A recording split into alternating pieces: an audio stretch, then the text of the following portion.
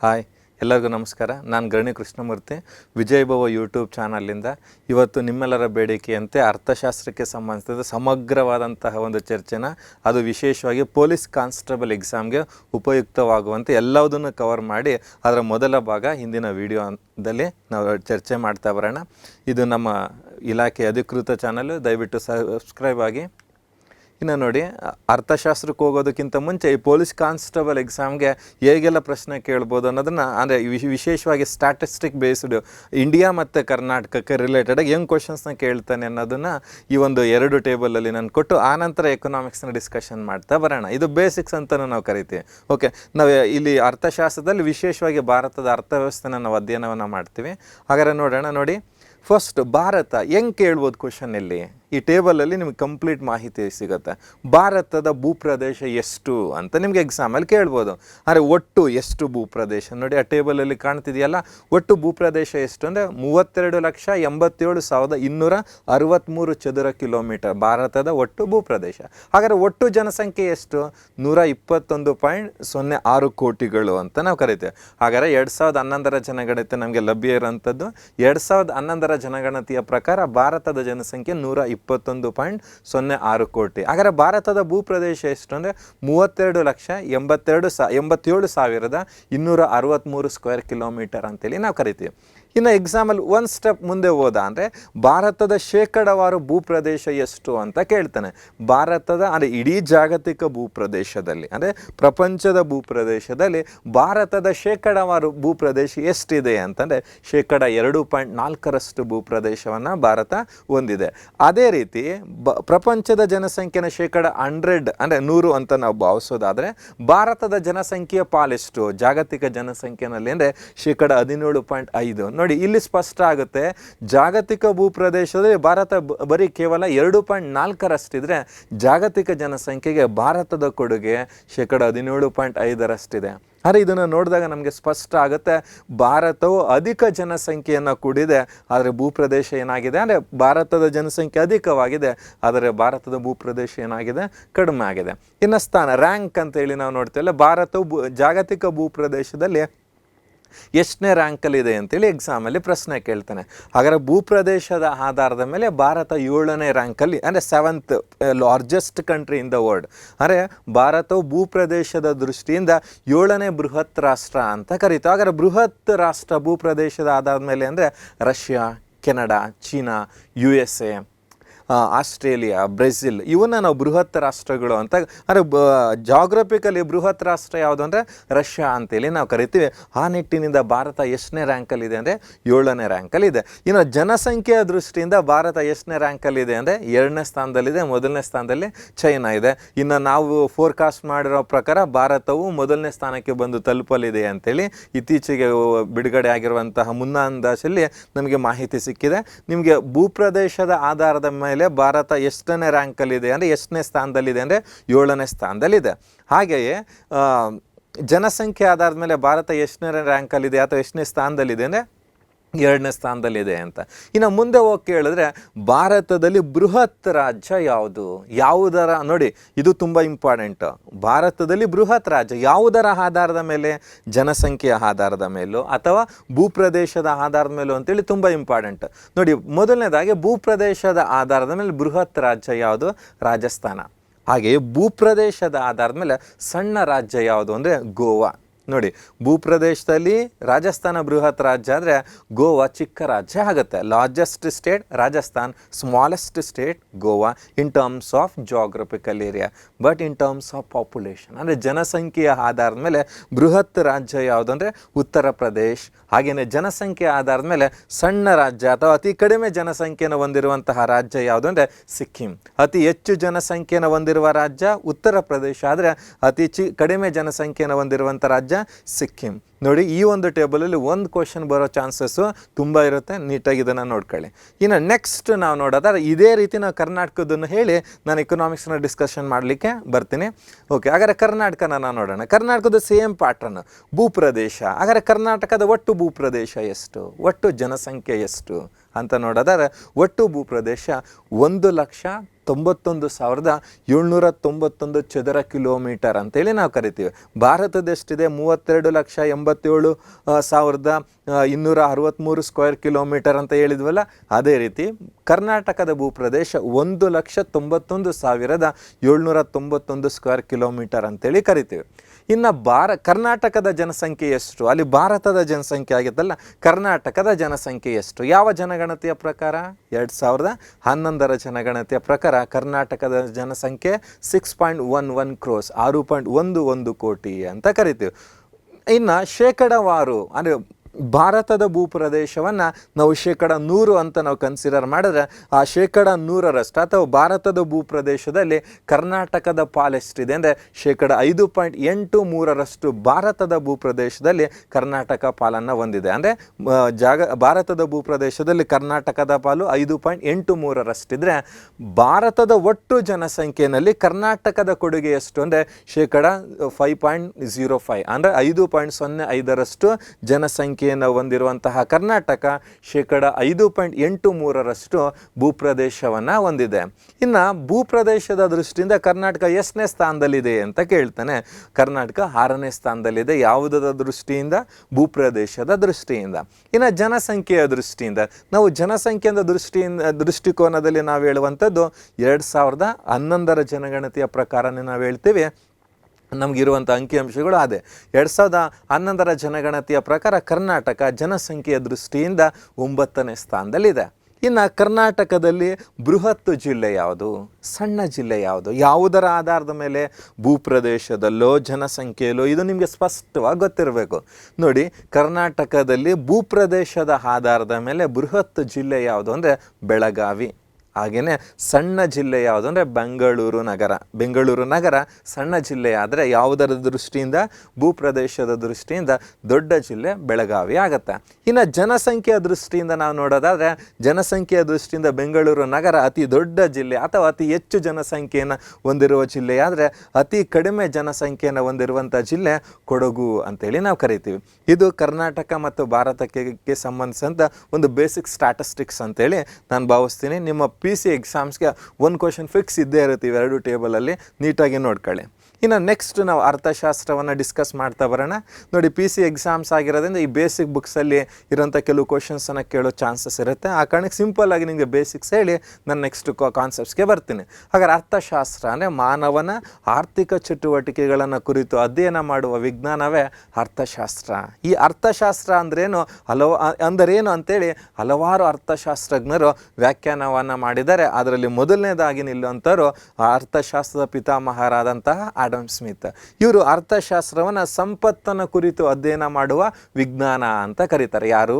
Adam Smith. ಅರ್ಥಶಾಸ್ತ್ರವು ಮಾನವನ ಸಂಪತ್ತನ್ನು ಕುರಿತು ಅಧ್ಯಯನವನ್ನು ಮಾಡುತ್ತೆ ಅಂತ ಹೇಳಿದ್ರು.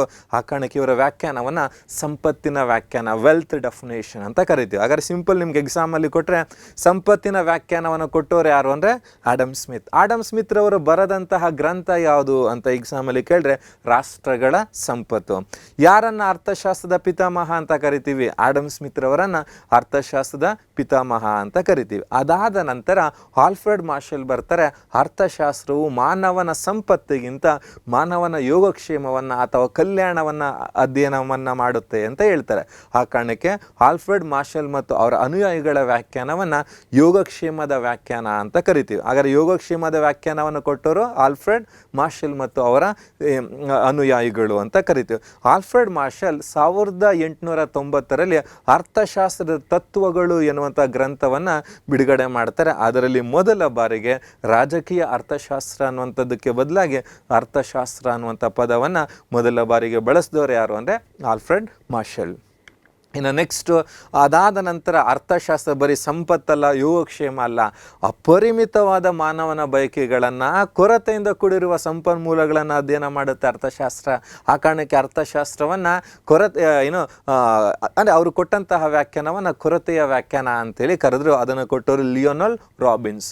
ನೋಡಿ, ಲಿಯೋನಲ್ ರಾಬಿನ್ಸ್ ಅಂದರೆ ಅರ್ಥಶಾಸ್ತ್ರವು ಕೊರತೆಯಿಂದ ಕೂಡಿರುವ ಸಂಪನ್ಮೂಲಗಳನ್ನು ಅಧ್ಯಯನ ಮಾಡುತ್ತೆ ಅಂತ ಹೇಳ್ತಾರೆ. ಆ ಕಾರಣಕ್ಕೆ ಅವರ ವ್ಯಾಖ್ಯಾನವನ್ನು ಕೊರತೆಯ ವ್ಯಾಖ್ಯಾನ ಅಂತ ಕರಿತೀವಿ. ಅವರ ಗ್ರಂಥ ಯಾವುದು ಅಂದರೆ ಅರ್ಥವಿಜ್ಞಾನದ ಸ್ವರೂಪ ಮತ್ತು ಮಹತ್ವ, the nature and significance of economic science ಅಂತ ಕರಿತೀವಿ. ಇನ್ನು ಬೆಳವಣಿಗೆಯ ಏನು ವ್ಯಾಖ್ಯಾನವನ್ನು ಕೊಡ್ತಾರೆ ಆಧುನಿಕ ಅರ್ಥಶಾಸ್ತ್ರಜ್ಞರಾದಂಥ ಪೌಲ್ ಸ್ಯಾಮ್ಯುಲ್ಸನ್ ರವರು ಅರ್ಥಶಾಸ್ತ್ರವು ರಾಷ್ಟ್ರದ ಬೆಳವಣಿಗೆಯನ್ನು, ರಾಷ್ಟ್ರದ ಅಭಿವೃದ್ಧಿಯನ್ನು ಅಧ್ಯಯನವನ್ನು ಮಾಡುತ್ತೆ ಅಂತ ಹೇಳ್ತಾರೆ. ಅವರ ವ್ಯಾಖ್ಯಾನವನ್ನು ಏನಂತ ಕರಿತೀವಿ? ಬೆಳವಣಿಗೆಯ ವ್ಯಾಖ್ಯಾನ ಅಂತ ಕರಿತೀವಿ. ಇನ್ನು ನಂತರ ನಾವು ನೋಡೋದು ಇದು ಒಂದು ಕ್ವಶನ್ ಕೇಳೋ ಚಾನ್ಸಸ್ ತುಂಬ ಇರುತ್ತೆ, ನೀಟಾಗಿ ನೋಡ್ಕೋಬೇಕು ನೀವು, ಇದನ್ನು ಪಾಯಿಂಟ್ಸ್ ಮಾಡ್ಕೊಂಡು ಬರ್ಕೊಳ್ಳೇಬೇಕು. ಅರ್ಥಶಾಸ್ತ್ರದಲ್ಲೇ ನೊಬೆಲ್ ಪ್ರಶಸ್ತಿ ಅಂದರೆ ಅರ್ಥಶಾಸ್ತ್ರ ಕ್ಷೇತ್ರಕ್ಕೆ 1949ರಿಂದ ನೊಬೆಲ್ ಪ್ರಶಸ್ತಿಯನ್ನು ನೀಡಲಾಗ್ತದೆ. ಅಂದರೆ ಅರ್ಥಶಾಸ್ತ್ರದ ಮಹತ್ವವನ್ನು ಅರಿತಂತಹ ಇಡೀ ಜಗತ್ತು ಅದಕ್ಕೆ ವಿಶೇಷ ಸ್ಥಾನಮಾನವನ್ನು ಕೊಟ್ಟಿದೆ. ಆ ಹಿನ್ನೆಲೆಯಲ್ಲಿ ಅರ್ಥಶಾಸ್ತ್ರದ ಅಧ್ಯಯನಕ್ಕೆ ನೊಬೆಲ್ ಪ್ರಶಸ್ತಿಯನ್ನು ಕೊಡುವಂಥ ಒಂದು ಸಂಪ್ರದಾಯ ಪ್ರಾರಂಭ ಆಗುತ್ತೆ. ಯಾವ ವರ್ಷದಿಂದ ಅರ್ಥಶಾಸ್ತ್ರ ಕ್ಷೇತ್ರಕ್ಕೆ ನೊಬೆಲ್ ಪ್ರಶಸ್ತಿಯನ್ನು ನೀಡಲಾಗ್ತಿದೆ ಅಂದರೆ 1969. ಯಾರು ಮೊದಲ ಬಾರಿಗೆ ಅರ್ಥಶಾಸ್ತ್ರದಲ್ಲಿ ನೊಬೆಲ್ ಪ್ರಶಸ್ತಿನ ಪಡೆದವರು ಅಂದರೆ ರಾಗ್ನರ್ ಫ್ರಿಶ್ ಮತ್ತು ಟಿನ್ ಬರ್ಜಿನ್ ಅನ್ನುವಂಥ ಇಬ್ಬರು ಅರ್ಥಶಾಸ್ತ್ರಜ್ಞರು ಅರ್ಥಶಾಸ್ತ್ರ ಕ್ಷೇತ್ರಕ್ಕೆ ಮೊದಲ ಬಾರಿಗೆ ನೊಬೆಲ್ ಪ್ರಶಸ್ತಿಯನ್ನು ಪಡೀತಾರೆ. ಹಾಗಾದರೆ ನೊಬೆಲ್ ಪ್ರಶಸ್ತಿಯನ್ನು ಪಡೆದಂತಹ ಮೊಟ್ಟ ಮೊದಲ ಭಾರತದ ಅರ್ಥಶಾಸ್ತ್ರಜ್ಞ ಯಾರು ಅಂದರೆ ಅಮರ್ತ್ಯ ಸೇನ್. ಯಾವ ಕ್ಷೇತ್ರಕ್ಕೆ ಅಂದರೆ ಅರ್ಥಶಾಸ್ತ್ರದಲ್ಲಿ ಯೋಗಕ್ಷೇಮದ ಅರ್ಥಶಾಸ್ತ್ರಕ್ಕೆ ನೊಬೆಲ್ ಪ್ರಶಸ್ತಿಯನ್ನು ಪಡೀತಾರೆ. ಯಾರು? ಅಮರ್ತ್ಯ ಸೇನ್. ಅದಾದ ನಂತರ 2019ರಲ್ಲಿ ಭಾರತದ ಮೂಲದ ಅರ್ಥಶಾಸ್ತ್ರಜ್ಞರಾದಂತಹ ಅಭಿಜಿತ್ ಬ್ಯಾನರ್ಜಿ ನೊಬೆಲ್ ಪ್ರಶಸ್ತಿಯನ್ನು ಪಡೀತಾರೆ 2019ರಲ್ಲಿ. ಅವರ ಜೊತೆಗೆ ಅವರ ಶ್ರೀಮತಿಯವರಾದಂಥ ಎಸ್ ಡಫ್ಲೋ ಮತ್ತು ಮೈಕಲ್ ಕೇಮ್ ಅನ್ನುವಂಥ ಅವರು 3 ಜನಕ್ಕೆ 2019ರಲ್ಲಿ ನೊಬೆಲ್ ಪ್ರಶಸ್ತಿಯನ್ನು ನೀಡ್ತೀವಿ ಅರ್ಥಶಾಸ್ತ್ರ ಕ್ಷೇತ್ರಕ್ಕೆ. ಅವರು ಏನನ್ನು ಅಧ್ಯಯನವನ್ನು ಮಾಡಿದರೆ ಜಾಗತಿಕ ಬಡತನ ನಿರ್ಮೂಲನಾ ಕಾರ್ಯಕ್ರಮಗಳ ಪ್ರಾಯೋಗಿಕ ಅನ್ವಯವನ್ನು ಅಧ್ಯಯನವನ್ನು ಮಾಡಿರ್ತಾರೆ. ಯಾರು? ಡಫ್ಲೋ, ಮೈಕಲ್ ಕೇಮ್ ಮತ್ತು ಭಾರತದ ಮೂಲದ ಅಭಿಜಿತ್ ಬ್ಯಾನರ್ಜಿ. ಇವರು ಎರಡನೇ ಅರ್ಥಶಾಸ್ತ್ರಜ್ಞ ಅಂತ ಕರಿತೀವಿ. ಮೊದಲನೇ ಅರ್ಥಶಾಸ್ತ್ರಜ್ಞ ಭಾರತ ಮೂಲದ ಅರ್ಥಶಾಸ್ತ್ರಜ್ಞ ಅಮರ್ತ್ಯ ಸೇನ್. ಯಾವ ಕ್ಷೇತ್ರಕ್ಕೆ ಅಂದರೆ ಯೋಗಕ್ಷೇಮದ ಅರ್ಥಶಾಸ್ತ್ರಕ್ಕೆ. ಇನ್ನು ಈ ವರ್ಷ ಯಾರಿಗೆ ನೊಬೆಲ್ ಪ್ರಶಸ್ತಿಯನ್ನು ಕೊಟ್ಟರು 2022ರಲ್ಲಿ ಅಂತೇಳಿ ಕೇಳೋ ಚಾನ್ಸಸ್ ಜಾಸ್ತಿ ಇರುತ್ತೆ. ಬೆನ್ ಎಸ್ ಬೆರ್ನಾನ್ಕೆ. ಅಂದರೆ 3 ಜನ ಅರ್ಥಶಾಸ್ತ್ರಜ್ಞರಿಗೆ 2022ನೇ ಸಾಲಿನಲ್ಲಿ ನೊಬೆಲ್ ಪ್ರಶಸ್ತಿಯನ್ನು ನೀಡಲಾಗಿದೆ. ಯಾರ್ಯಾರು ಅಂದರೆ Ben S Bernanke, Douglas W Diamond, Philip H Dybvig ಅನ್ನುವಂತಹ 3 ಜನ ಅರ್ಥಶಾಸ್ತ್ರಜ್ಞರಿಗೆ 2022ನೇ ಸಾಲಿನಲ್ಲಿ ನೊಬೆಲ್ ಪ್ರಶಸ್ತಿಯನ್ನು ನೀಡಲಾಯಿತು. 2023 UPSC ಎಕ್ಸಾಮಲ್ಲಿ ಕೇಳಿದ್ದಾನೆ ಯಾವುದರ ಅಧ್ಯಯನಕ್ಕಾಗಿ ಕೊಟ್ಟರು ಅಂತ. ನಿಮಗೂ ಕೇಳೋ ಚಾನ್ಸಸ್ ಇರುತ್ತೆ, ರಿಪೀಟ್ ಆಗ್ಬೋದು ಕ್ವಶನ್. ಬ್ಯಾಂಕುಗಳು ಮತ್ತು ಹಣಕಾಸಿನ ಬಿಕ್ಕಟ್ಟಿನ ಮೇಲಿನ ಸಂಶೋಧನೆಗಾಗಿ, ಬ್ಯಾಂಕುಗಳು ಮತ್ತು ಹಣಕಾಸಿನ ಬಿಕ್ಕಟ್ಟಿನ ಮೇಲಿನ ಸಂಶೋಧನೆಗಾಗಿ ಈ 3 ಜನ ಅರ್ಥಶಾಸ್ತ್ರಜ್ಞರಿಗೆ ನೊಬೆಲ್ ಪ್ರಶಸ್ತಿಯನ್ನು ನೀಡಲಾಗುತ್ತೆ 2022ನೇ ಸಾಲಿನಲ್ಲಿ. ಇದಿಷ್ಟು ಅರ್ಥಶಾಸ್ತ್ರಕ್ಕೆ ಸಂಬಂಧಿಸಿದಂತೆ. ನೋಡಿ ಇಲ್ಲಿ ಎಕ್ಸಾಮಲ್ಲಿ ಪ್ರಶ್ನೆ ಕೇಳಿದ್ರೆ ಅರ್ಥಶಾಸ್ತ್ರದ ಪಿತಾಮಹ ಯಾರು ಅಂದರೆ ಆಡಮ್ ಸ್ಮಿತ್. ಅವರು ಯಾವ ಗ್ರಂಥವನ್ನು ಬರೆದ್ರೆ ರಾಷ್ಟ್ರಗಳ ಸಂಪತ್ತು. ಯೋಗಕ್ಷೇಮದ ವ್ಯಾಖ್ಯಾನವನ್ನು ಕೊಟ್ಟವರು ಯಾರು ಅಂದರೆ ಆಲ್ಫ್ರೆಡ್ ಮಾರ್ಷಲ್. ಅವರು ಬರೆದಂಥ ಗ್ರಂಥ ಯಾವುದು ಅಂದರೆ ಅರ್ಥಶಾಸ್ತ್ರದ ತತ್ವಗಳು. ಕೊರತೆಯ ವ್ಯಾಖ್ಯಾನವನ್ನು ಕೊಟ್ಟವರು ಯಾರು? Leonard Robbins. ಇನ್ನು ಬೆಳವಣಿಗೆಯ ವ್ಯಾಖ್ಯಾನವನ್ನು ಕೊಟ್ಟವರು ಯಾರು ಅಂದರೆ ಪೌಲ್ ಸ್ಯಾಮ್ಯುಲ್ಸನ್ ಅಂತೇಳಿ ನಾವು ಕರಿತೀವಿ. ಇದಾದ ನಂತರ ಅರ್ಥಶಾಸ್ತ್ರ ಕ್ಷೇತ್ರಕ್ಕೆ ನೊಬೆಲ್ ಪ್ರಶಸ್ತಿ ಮೊದಲು ಟಿನ್ ಬರ್ಜಿನ್ ಮತ್ತು ರಾಗ್ನರ್ ಫ್ರಿಶ್ಗೆ ಕೊಡ್ತೀವಿ. ಮೊದಲ ಭಾರತದ ಅರ್ಥಶಾಸ್ತ್ರಜ್ಞ ಅಮರ್ತ್ಯ ಸೇನ್, ಎರಡನೇ ಅರ್ಥಶಾಸ್ತ್ರಜ್ಞ ಅಭಿಜಿತ್ ಬ್ಯಾನರ್ಜಿ. 2022ರಲ್ಲಿ ಯಾರಿಗೆ ಕೊಡಲಾಯಿತು ನೊಬೆಲ್ ಪ್ರಶಸ್ತಿಯನ್ನು ಅಂದರೆ Ben S Bernanke, Douglas W Diamond, Philip H Dybvig ಅವರಿಗೆ ಕೊಡಲಾಯಿತು. ಯಾವ ಕಾರಣಕ್ಕಾಗಿ ಅಂದರೆ ಬ್ಯಾಂಕುಗಳು ಮತ್ತು ಹಣಕಾಸಿನ ಬಿಕ್ಕಟ್ಟಿನ ಮೇಲಿನ ಪ್ರಾಯೋಗಿಕ ಅಧ್ಯಯನಕ್ಕಾಗಿ ಕೊಡ್ತೀವಿ. ಇನ್ನು ನಂತರ ನಾವು ನೋಡೋದಾದ್ರೆ ಅರ್ಥವ್ಯವಸ್ಥೆ. ಈ ಎಕನಾಮಿಕ್ಸ್ ಅಂದರೆ ಅರ್ಥಶಾಸ್ತ್ರ ಅನ್ನುವಂಥದ್ದು ಅರ್ಥವ್ಯವಸ್ಥೆಯನ್ನು ಕುರಿತು ಅಧ್ಯಯನವನ್ನು ಮಾಡುತ್ತೆ. ಎಲ್ಲ ಸ್ಪರ್ಧಾತ್ಮಕ ಪರೀಕ್ಷೆಗಳಲ್ಲಿ ನಮಗೆ ಪ್ರಶ್ನೆಗಳನ್ನು ಕೇಳೋದು ಅರ್ಥವ್ಯವಸ್ಥೆಯ ಬಗ್ಗೆ. ಅದು ವಿಶೇಷವಾಗಿ ಭಾರತದ ಅರ್ಥವ್ಯವಸ್ಥೆಯ ಬಗ್ಗೆ ಪ್ರಶ್ನೆಗಳನ್ನು ಕೇಳ್ತಾ ಬರ್ತಾರೆ. ಹಾಗಾದ್ರೆ ಅರ್ಥವ್ಯವಸ್ಥೆನೇ ಅರ್ಥಶಾಸ್ತ್ರದಲ್ಲಿ ಒಂದು ರಾಷ್ಟ್ರವನ್ನು ಕರೆಯುವಂಥ ಹೆಸರೇ ಎಕನಾಮಿ ಅಂದರೆ ಅರ್ಥವ್ಯವಸ್ಥೆ ಅಂತ ಕರಿತೀವಿ. ಭಾರತದ ಅರ್ಥವ್ಯವಸ್ಥೆ, ಅಮೆರಿಕದ ಅರ್ಥವ್ಯವಸ್ಥೆ, ಜಪಾನ್ ಅರ್ಥವ್ಯವಸ್ಥೆ, ಕರ್ನಾಟಕದ ಅರ್ಥವ್ಯವಸ್ಥೆ ಅಂದರೆ ಒಂದೇ ರೀತಿಯ ನೀತಿ ನಿಯಮಗಳ ಅಡಿಯಲ್ಲಿ ಕಾರ್ಯನಿರ್ವಹಿಸುವಂಥ ಒಂದು ಆರ್ಥಿಕ ಚಟುವಟಿಕೆಗಳ ಒಂದು ಸಮೂಹವನ್ನು ಅರ್ಥವ್ಯವಸ್ಥೆ ಅಂತೇಳಿ ನಾವು ಕರಿತೀವಿ. It is a system wear economic activities are systematically organised, right. ಹಾಗಾದರೆ ಈ ಭಾರತದ ಅರ್ಥವ್ಯವಸ್ಥೆ ಅಮೇರಿಕದ ಅರ್ಥವ್ಯವಸ್ಥೆ, ಚೀನಾದ ಅರ್ಥವ್ಯವಸ್ಥೆ, ಈ ಮೂರು ಅರ್ಥವ್ಯವಸ್ಥೆಗಳ ಸ್ವರೂಪ ಒಂದೇ ಇದೆಯಾ ಅಂತ ನಾವು ನೋಡೋದಾರ ಅವುಗಳ ಸ್ವರೂಪ ಭಿನ್ನವಾಗಿದೆ.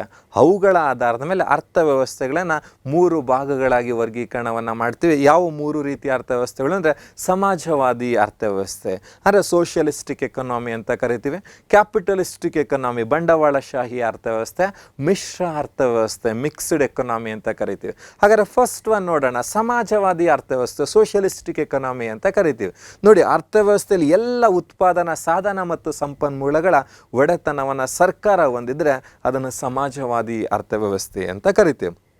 ನಿಮಗೆ ಅರ್ಥ ಆಗೋ ಭಾಷೆನಲ್ಲಿ ಹೇಳಿದ್ರೆ ಎಲ್ಲ ಕೈಗಾರಿಕೆಗಳು, ಎಲ್ಲ ಹಾಸ್ಪಿಟಲ್ಸು, ಎಲ್ಲ ಸ್ಕೂಲ್ಸು, ಎಲ್ಲ buses all are belongs to government, ಎಲ್ಲವೂ ಸಹ ಸರ್ಕಾರದ ಒಡೆತನ ಮತ್ತು ನಿಯಂತ್ರಣಕ್ಕೆ ಒಳಪಟ್ಟಿದ್ರೆ ಅದನ್ನು ಸಮಾಜವಾದಿ ಅರ್ಥವ್ಯವಸ್ಥೆ ಅಂತೇಳಿ ನಾವು ಕರಿತೀವಿ. ಇಲ್ಲಿ ಎಲ್ಲ ತೀರ್ಮಾನಗಳ ಇದನ್ನು ಕೇಂದ್ರೀಕೃತ ಅಥವಾ ಕೇಂದ್ರೀಯ ಯೋಜಿತ ಅರ್ಥವ್ಯವಸ್ಥೆ ಅಂತಲೂ ಕರಿತೀವಿ.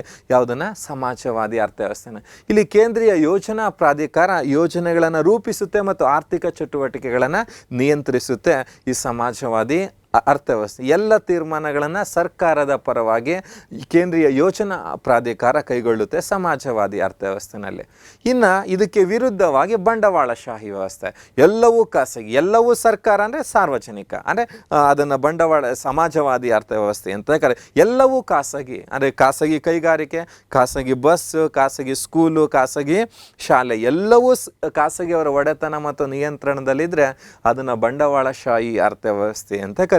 ನಾವು ರಷ್ಯಾವನ್ನ ಸಮಾಜವಾದಿ ಅರ್ಥವ್ಯವಸ್ಥೆಗೆ, ಚೀನಾವನ್ನ ಸಮಾಜವಾದಿ ಅರ್ಥವ್ಯವಸ್ಥೆಗೆ, ಉತ್ತರ ಕೊರಿಯಾವನ್ನ ಸಮಾಜವಾದಿ ಅರ್ಥವ್ಯವಸ್ಥೆಗೆ ಉದಾಹರಣೆಯನ್ನು ಕೊಟ್ಟರೆ ಅಮೆರಿಕವನ್ನ, ಜಪಾನನ್ನು, ಜರ್ಮನಿಯನ್ನು, ಇಂಗ್ಲೆಂಡನ್ನು ಬಂಡವಾಳಶಾಹಿ ಅರ್ಥವ್ಯವಸ್ಥೆಗೆ ನಾವು ಉದಾಹರಣೆಯಾಗಿ ಕೊಡ್ತೀವಿ. ಇಲ್ಲಿ ಎಲ್ಲ ತೀರ್ಮಾನಗಳನ್ನು ಬೆಲೆ ಯಂತ್ರ ವ್ಯವಸ್ಥೆ ಕೈಗೊಳ್ಳೋದು, ಅಂದರೆ ಬೆಲೆ ಯಂತ್ರವು ಇಲ್ಲಿ ಪ್ರಮುಖ ಪಾತ್ರವನ್ನು ನಿರ್ವಹಿಸುತ್ತೆ. ಯಾವುದರಲ್ಲಿ? ಬಂಡವಾಳಶಾಹಿ ಅರ್ಥವ್ಯವಸ್ಥೆ. ಇದನ್ನು ಮಾರುಕಟ್ಟೆ ಆಧಾರಿತ ಅರ್ಥವ್ಯವಸ್ಥೆ ಅಂತಲೂ ಕರಿತೀವಿ. ಯಾವುದನ್ನು? ಬಂಡವಾಳಶಾಹಿ ಅರ್ಥವ್ಯವಸ್ಥೆ. ಹಾಗಾದರೆ ಸಮಾಜವಾದಿ ಮತ್ತು ಬಂಡವಾಳಶಾಹಿ ಇವೆರಡನ್ನ ನೋಡಿದ್ರೆ ನಾವು ಭಾರತವನ್ನು ಯಾವ ಅರ್ಥವ್ಯವಸ್ಥೆ ಅಂತ ಕರಿತೀವಿ? ಅಂದರೆ ಭಾರತದಲ್ಲಿ ಸಾರ್ವಜನಿಕ ಕೈಗಾರಿಕೆ ಅಂದರೆ ಸರ್ಕಾರಿ ಕೈಗಾರಿಕೆಗಳಿದ್ದಾವ ಅಥವಾ ಖಾಸಗಿ ಕೈಗಾರಿಕೆಗಳಿದ್ದಾವ?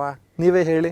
ನೋಡಿದ್ರೆ ಭಾರತದಲ್ಲಿ ಸಾರ್ವಜನಿಕ ಕೈಗಾರಿಕೆಗಳು ಇದ್ದಾವೆ, ಖಾಸಗಿ ಕೈಗಾರಿಕೆಗಳು ಇದ್ದಾವೆ. ಆ ಕಾರಣಕ್ಕೆ ಭಾರತವನ್ನು ನಾವೇನಂತ ಕರಿಬೋದು?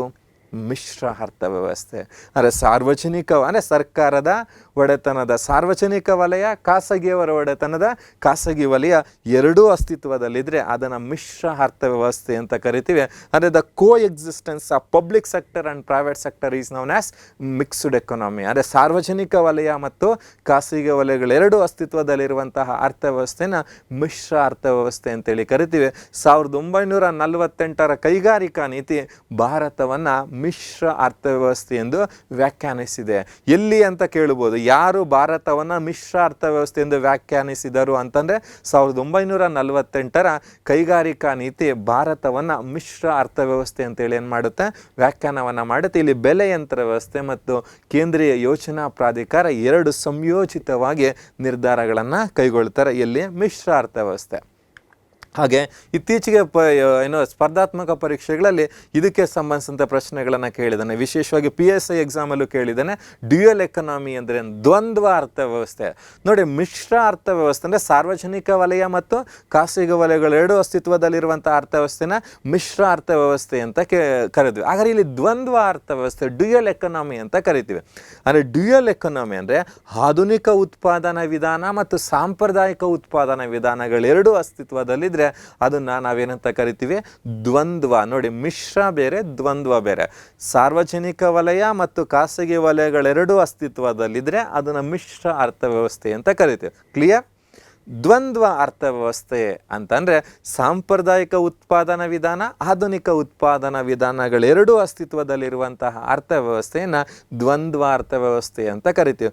ಉದಾಹರಣೆ, ನಾವು ಭೂಮಿಯನ್ನು ಉಳುಮೆ ಮಾಡಲಿಕ್ಕೆ ಹೋದಾಗ ಎತ್ತುಗಳಲ್ಲೂ ಉಳುಮೆ ಮಾಡ್ತೀವಿ, ಟ್ರ್ಯಾಕ್ಟ್ರಲ್ಲೂ ಉಳುಮೆ ಮಾಡ್ತೀವಿ. ಎತ್ತುಗಳಲ್ಲಿ ಉಳುಮೆ ಮಾಡೋದು ಸಾಂಪ್ರದಾಯಿಕ, ಟ್ರ್ಯಾಕ್ಟ್ರಲ್ಲಿ ಉಳುಮೆ ಮಾಡೋದು ಆಧುನಿಕ. ಇವೆರಡೂ ಅಸ್ತಿತ್ವದಲ್ಲಿದ್ದಾವಲ್ಲ ಭಾರತದಲ್ಲಿ.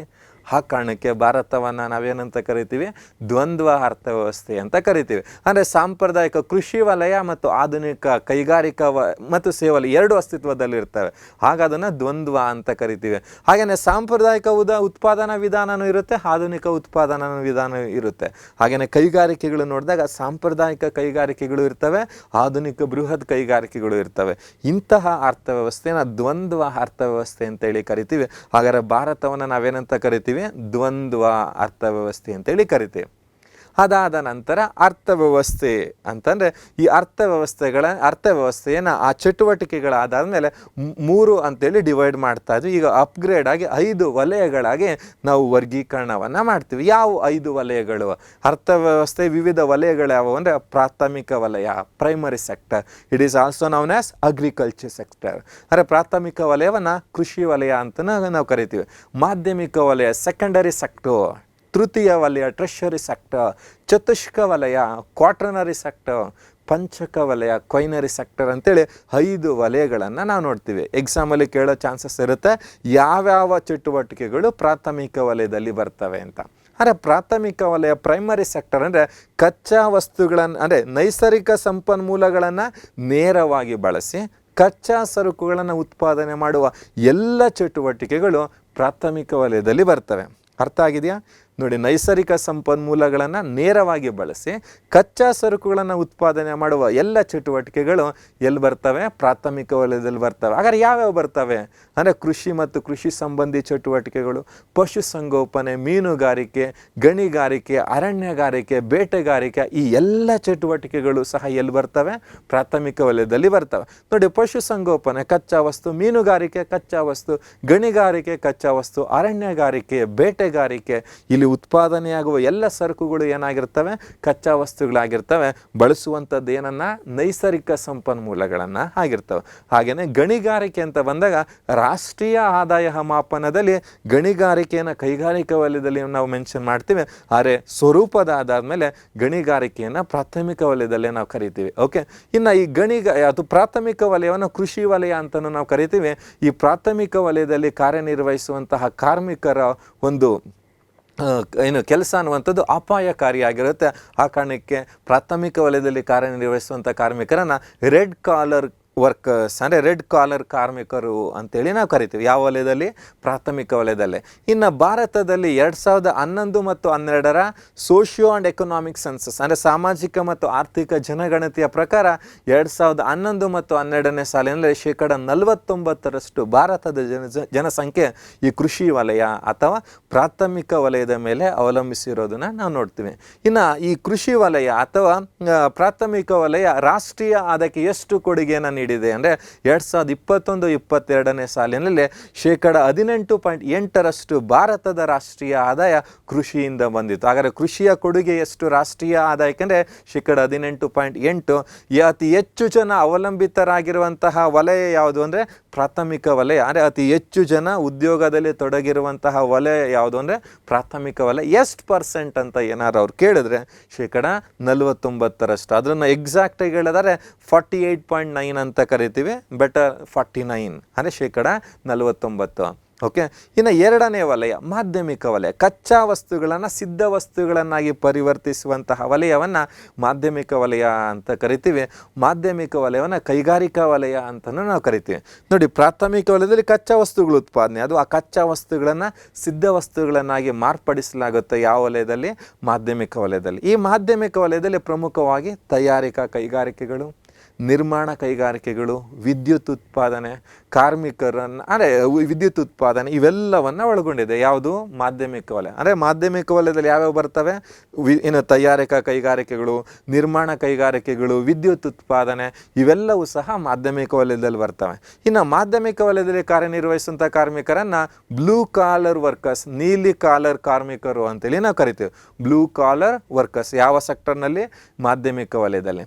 ಇನ್ನು ಮಾಧ್ಯಮಿಕ ವಲಯ ಅಂದರೆ 2011 ಮತ್ತು 12 ಸೋಷಿಯಲ್ ಎಕನಾಮಿಕ್ ಸೆನ್ಸಸ್ ಪ್ರಕಾರ, ಆರ್ಥಿಕ ಮತ್ತು ಸಾಮಾಜಿಕ ಜನಗಣತಿಯ ಪ್ರಕಾರ 24% ಜನಸಂಖ್ಯೆ ಮಾಧ್ಯಮಿಕ ವಲಯದ ಮೇಲೆ ಅವಲಂಬಿತರಾಗಿದ್ದಾರೆ.